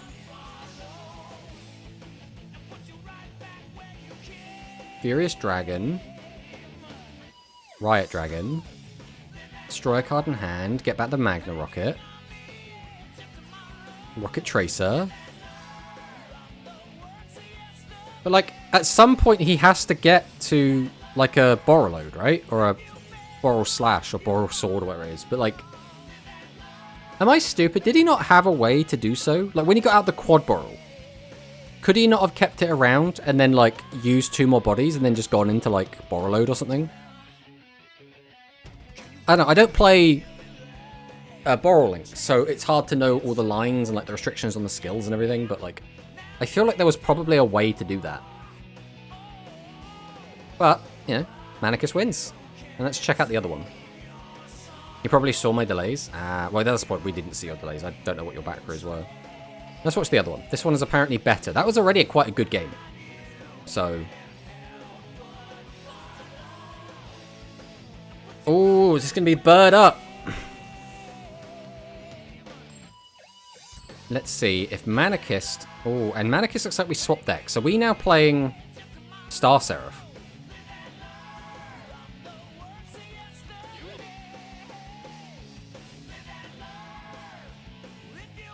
Alright, Celestine Wing. Send the Warbler. Swallow. And Sparrow. Overlay into Recital Starling. DD Crow. Got Canary. Bring back the Wagtail. Grab Sanctuary. Ensemble Robin. Canary effect. Sparrow. Sanctuary comes down. Reattach. This... Is this a good end board?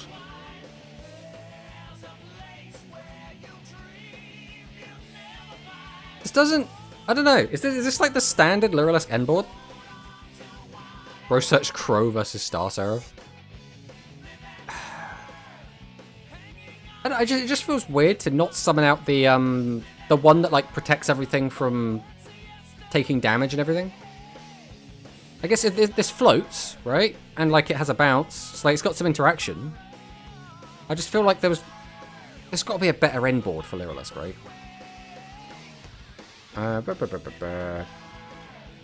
Windwitch is good for giving Synchro's battle and destruction immunity. Bro Search Crow. Don't know why they didn't search the trap against Star Seraph. Not good if I draw Eclipse. This is not a standard board. Okay, I was going to say, this does not look like a standard board. Nobody plays the trap.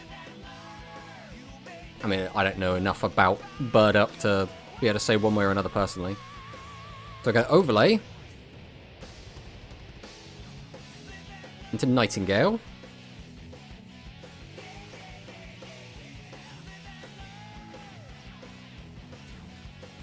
Go into Rush. God, just every single thing has another chain and another effect going off. Right, Bird Sanctuary. Grounding Mirror Force. Correct me if I'm wrong. I'm pretty sure this isn't standard in this deck. I'm pretty sure. Star Seraphs don't typically run Drowning. I could be wrong. We have the Veiler. Do we still have the Crow? Do we still have Crow in hand? So that means we know the last card is Crow. We don't know what this back row is, unless it was searched. I missed it earlier. So Cheer Girl comes down. Cheer Girl effect. Get out Scepter. Get out another Scepter. Flip over both Scepters. Book of Eclipse was the last card. Oh, we're going to do it. We're going Super Saiyan. Baryon mode. Grab out the Sage. And we add the rank up magic Baryon's Force to hand. We can flip up the Sage. Activate Sage. Discard that. Grab the Scepter. And we're just gonna slap. We're just gonna beat him up. Then we get 2 draws, which is really nice. No back row though. Bird Call gets us Canary. Canary. Brings back Warbler. Just 2 materials. And we're going to go ahead and make Assembled Nightingale again. Canary effect. Wagtail. Bird Sanctuary is going to get us the draw. And that's it. That's it. What were the draws that we could only get 3 direct attacks for 800 each? It must just be like more monsters that we just couldn't summon. Insane top deck, but you should have searched Warbler. Drowning against the birds. Is that like a more common tech then? People are just starting to play Drowning more? The only thing I've seen people using specifically for birds is like, you know, what we mentioned earlier. The Book of Eclipse and the Droplets. Okay, well, Sentry's negated. He still has attack points though. We are just going to send him off though. We don't need him. The card in hand should still just be Crow, right? He just sat on Crow just this entire game. Just vibing. There's a Deltaros. Scale effect, Deltaros effect. Sheer Gale effect. Why not take a draw? Go Scout. Scales overlay into... what are we making? Papal Operative. Rank up? What are we making with this? Is this going to be like Arc Rebellion? No, 39, okay. It's Leo Utopia Ray!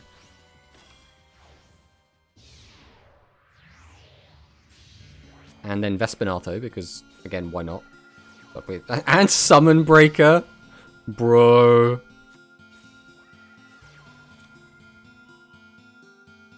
Manicust, how could you?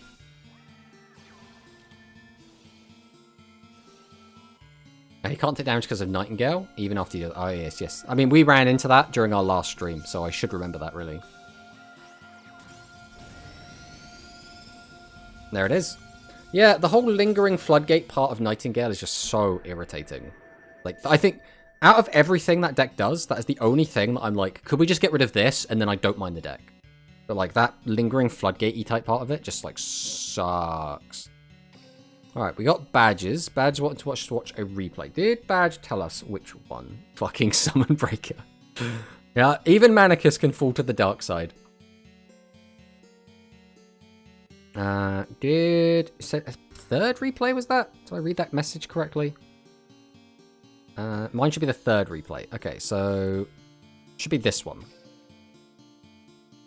He probably had game if he searched Warbler instead of Beryl earlier. I mean, probably. He also probably would have done a lot better if he didn't search DD Crow. Alright, Callan Kessler.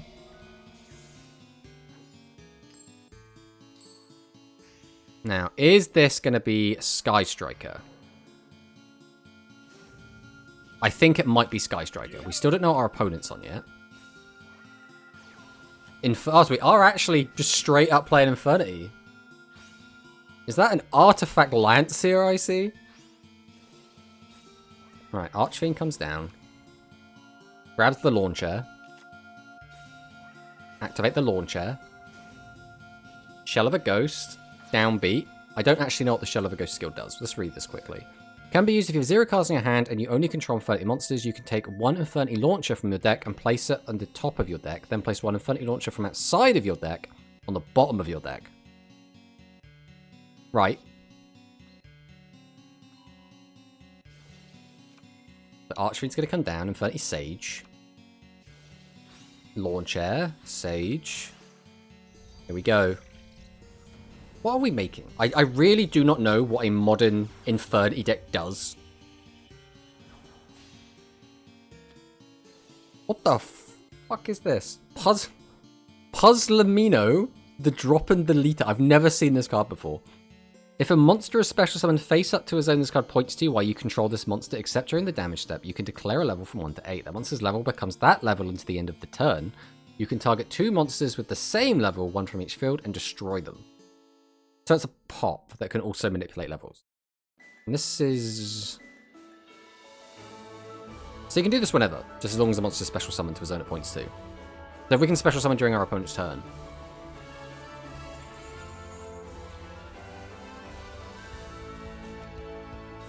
Okay.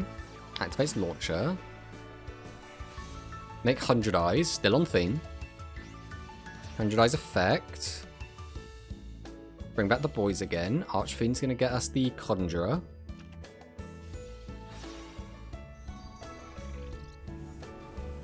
So now where are we going with this? We're just making... Did we make Unicorn just to send cards to grave?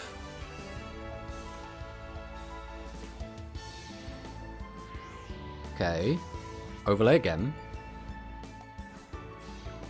Levier comes down. So now we can use its effect to put a card back. Now what are we going into? Link 4. Now these arrows, we should all have some sort of inkling of what this is.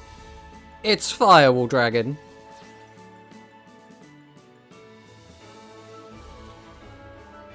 Okay, grab Break. I'm not gonna lie, this deck looks really fun. Like, just this sheer amount of, like, different plays that we're making. And then we go straight to Decode. That's a bit weird. This is not the end board I would have thought about when I'm thinking about an Infernity deck. How is this not man-timed out? Because he's 12 years old. And therefore has all of the brain capacity in the world. Void Ogre. That's a pretty good negate. Okay, so we got... Let's take a quick look at this, right? So we have Void Ogre Dragon, which is a spell trap negate. We have Decode, who we can get rid of our Firewall to have a target negate. We have Firewall, which lets us target monsters on the field and or graveyard with the number of cards co-linked to this card, which is going to be 1. Return to the hand, so that's a bounce.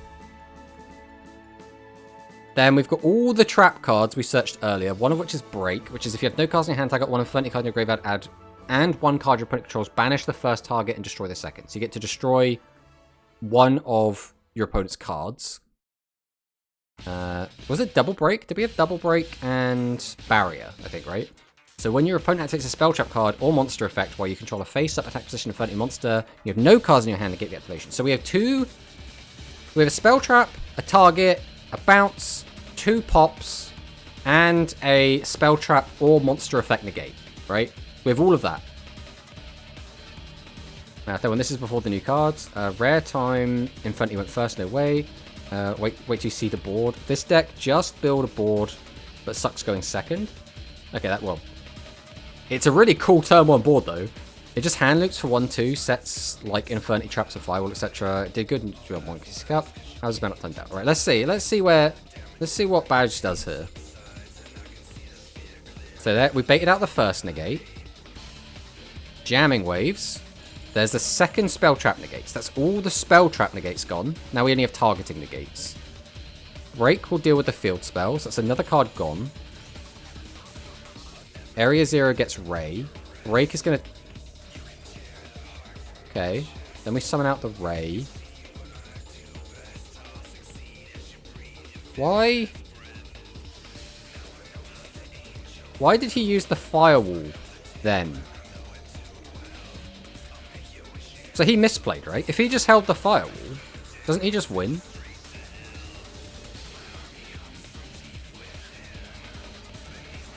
We go into Shizuku.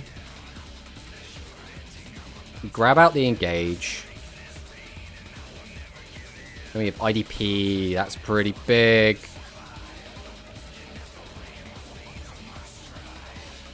He's just negating everything. I mean, I can't, like, hate it. I oftentimes don't know how to play against specific decks as well, so I'll just click buttons. So, like, I'm not one to talk, but I'm pretty sure he had everything he needed to, like, win there and just misplayed it. Right, so Avarice puts back all of our lovely links back into the deck. We get 2 draws. We activate Afterburners. There's nothing to interact with us anymore, so now it's just, can we get to 4,000 damage? He definitely misplayed.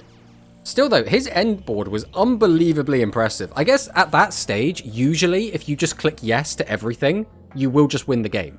Because, like, most people aren't going to be able to play through, like, 5 negates, right? Afterburners comes down.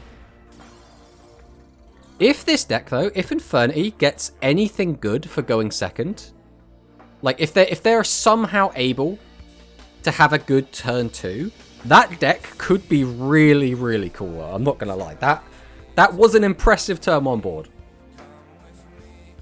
Now, I am off for today. Next stream is probably in 2 days. Yeah, we will be streaming the Angel Cup on Thursday. Bro did all of that just to lose to Sky Striker. I mean, again, he did misplay, and I think he does win if he doesn't misplay, but still. Like, did we need to negate the Widow Anchor? Not Widow Anchor, what was it called? The Shark Cannon? Did we need to negate Shark Cannon?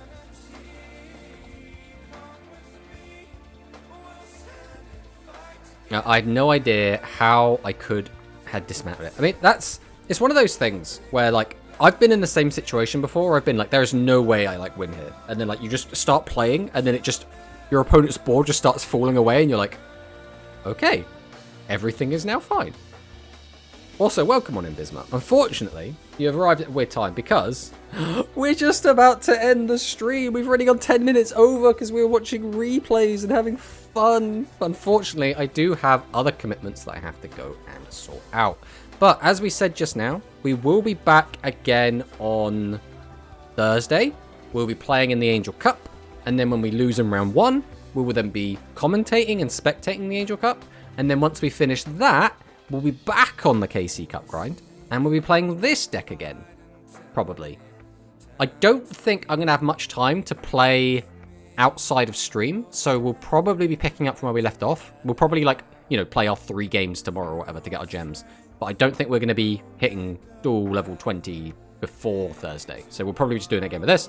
If for whatever reason we finish and get to dual level 20, which I don't think is going to happen on Thursday, but if we did, we'd then swap over to our other speed account and climb with pure Fluffles. We'll have to see how that ends up going. But thank you all so much for watching. We've had an absolutely lovely time. Let's have a quick peek. Just a quick little peek and see if anyone is streaming that we know that we can raid into.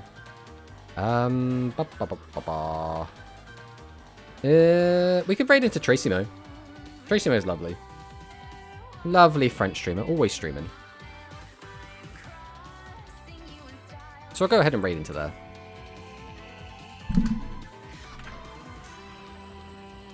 Yeah, thank you for everyone for hanging out. Thank you, Acceleration Gate, for lurking. We always do appreciate it. But thank you all so much for watching. And I'll see you next time. Bye!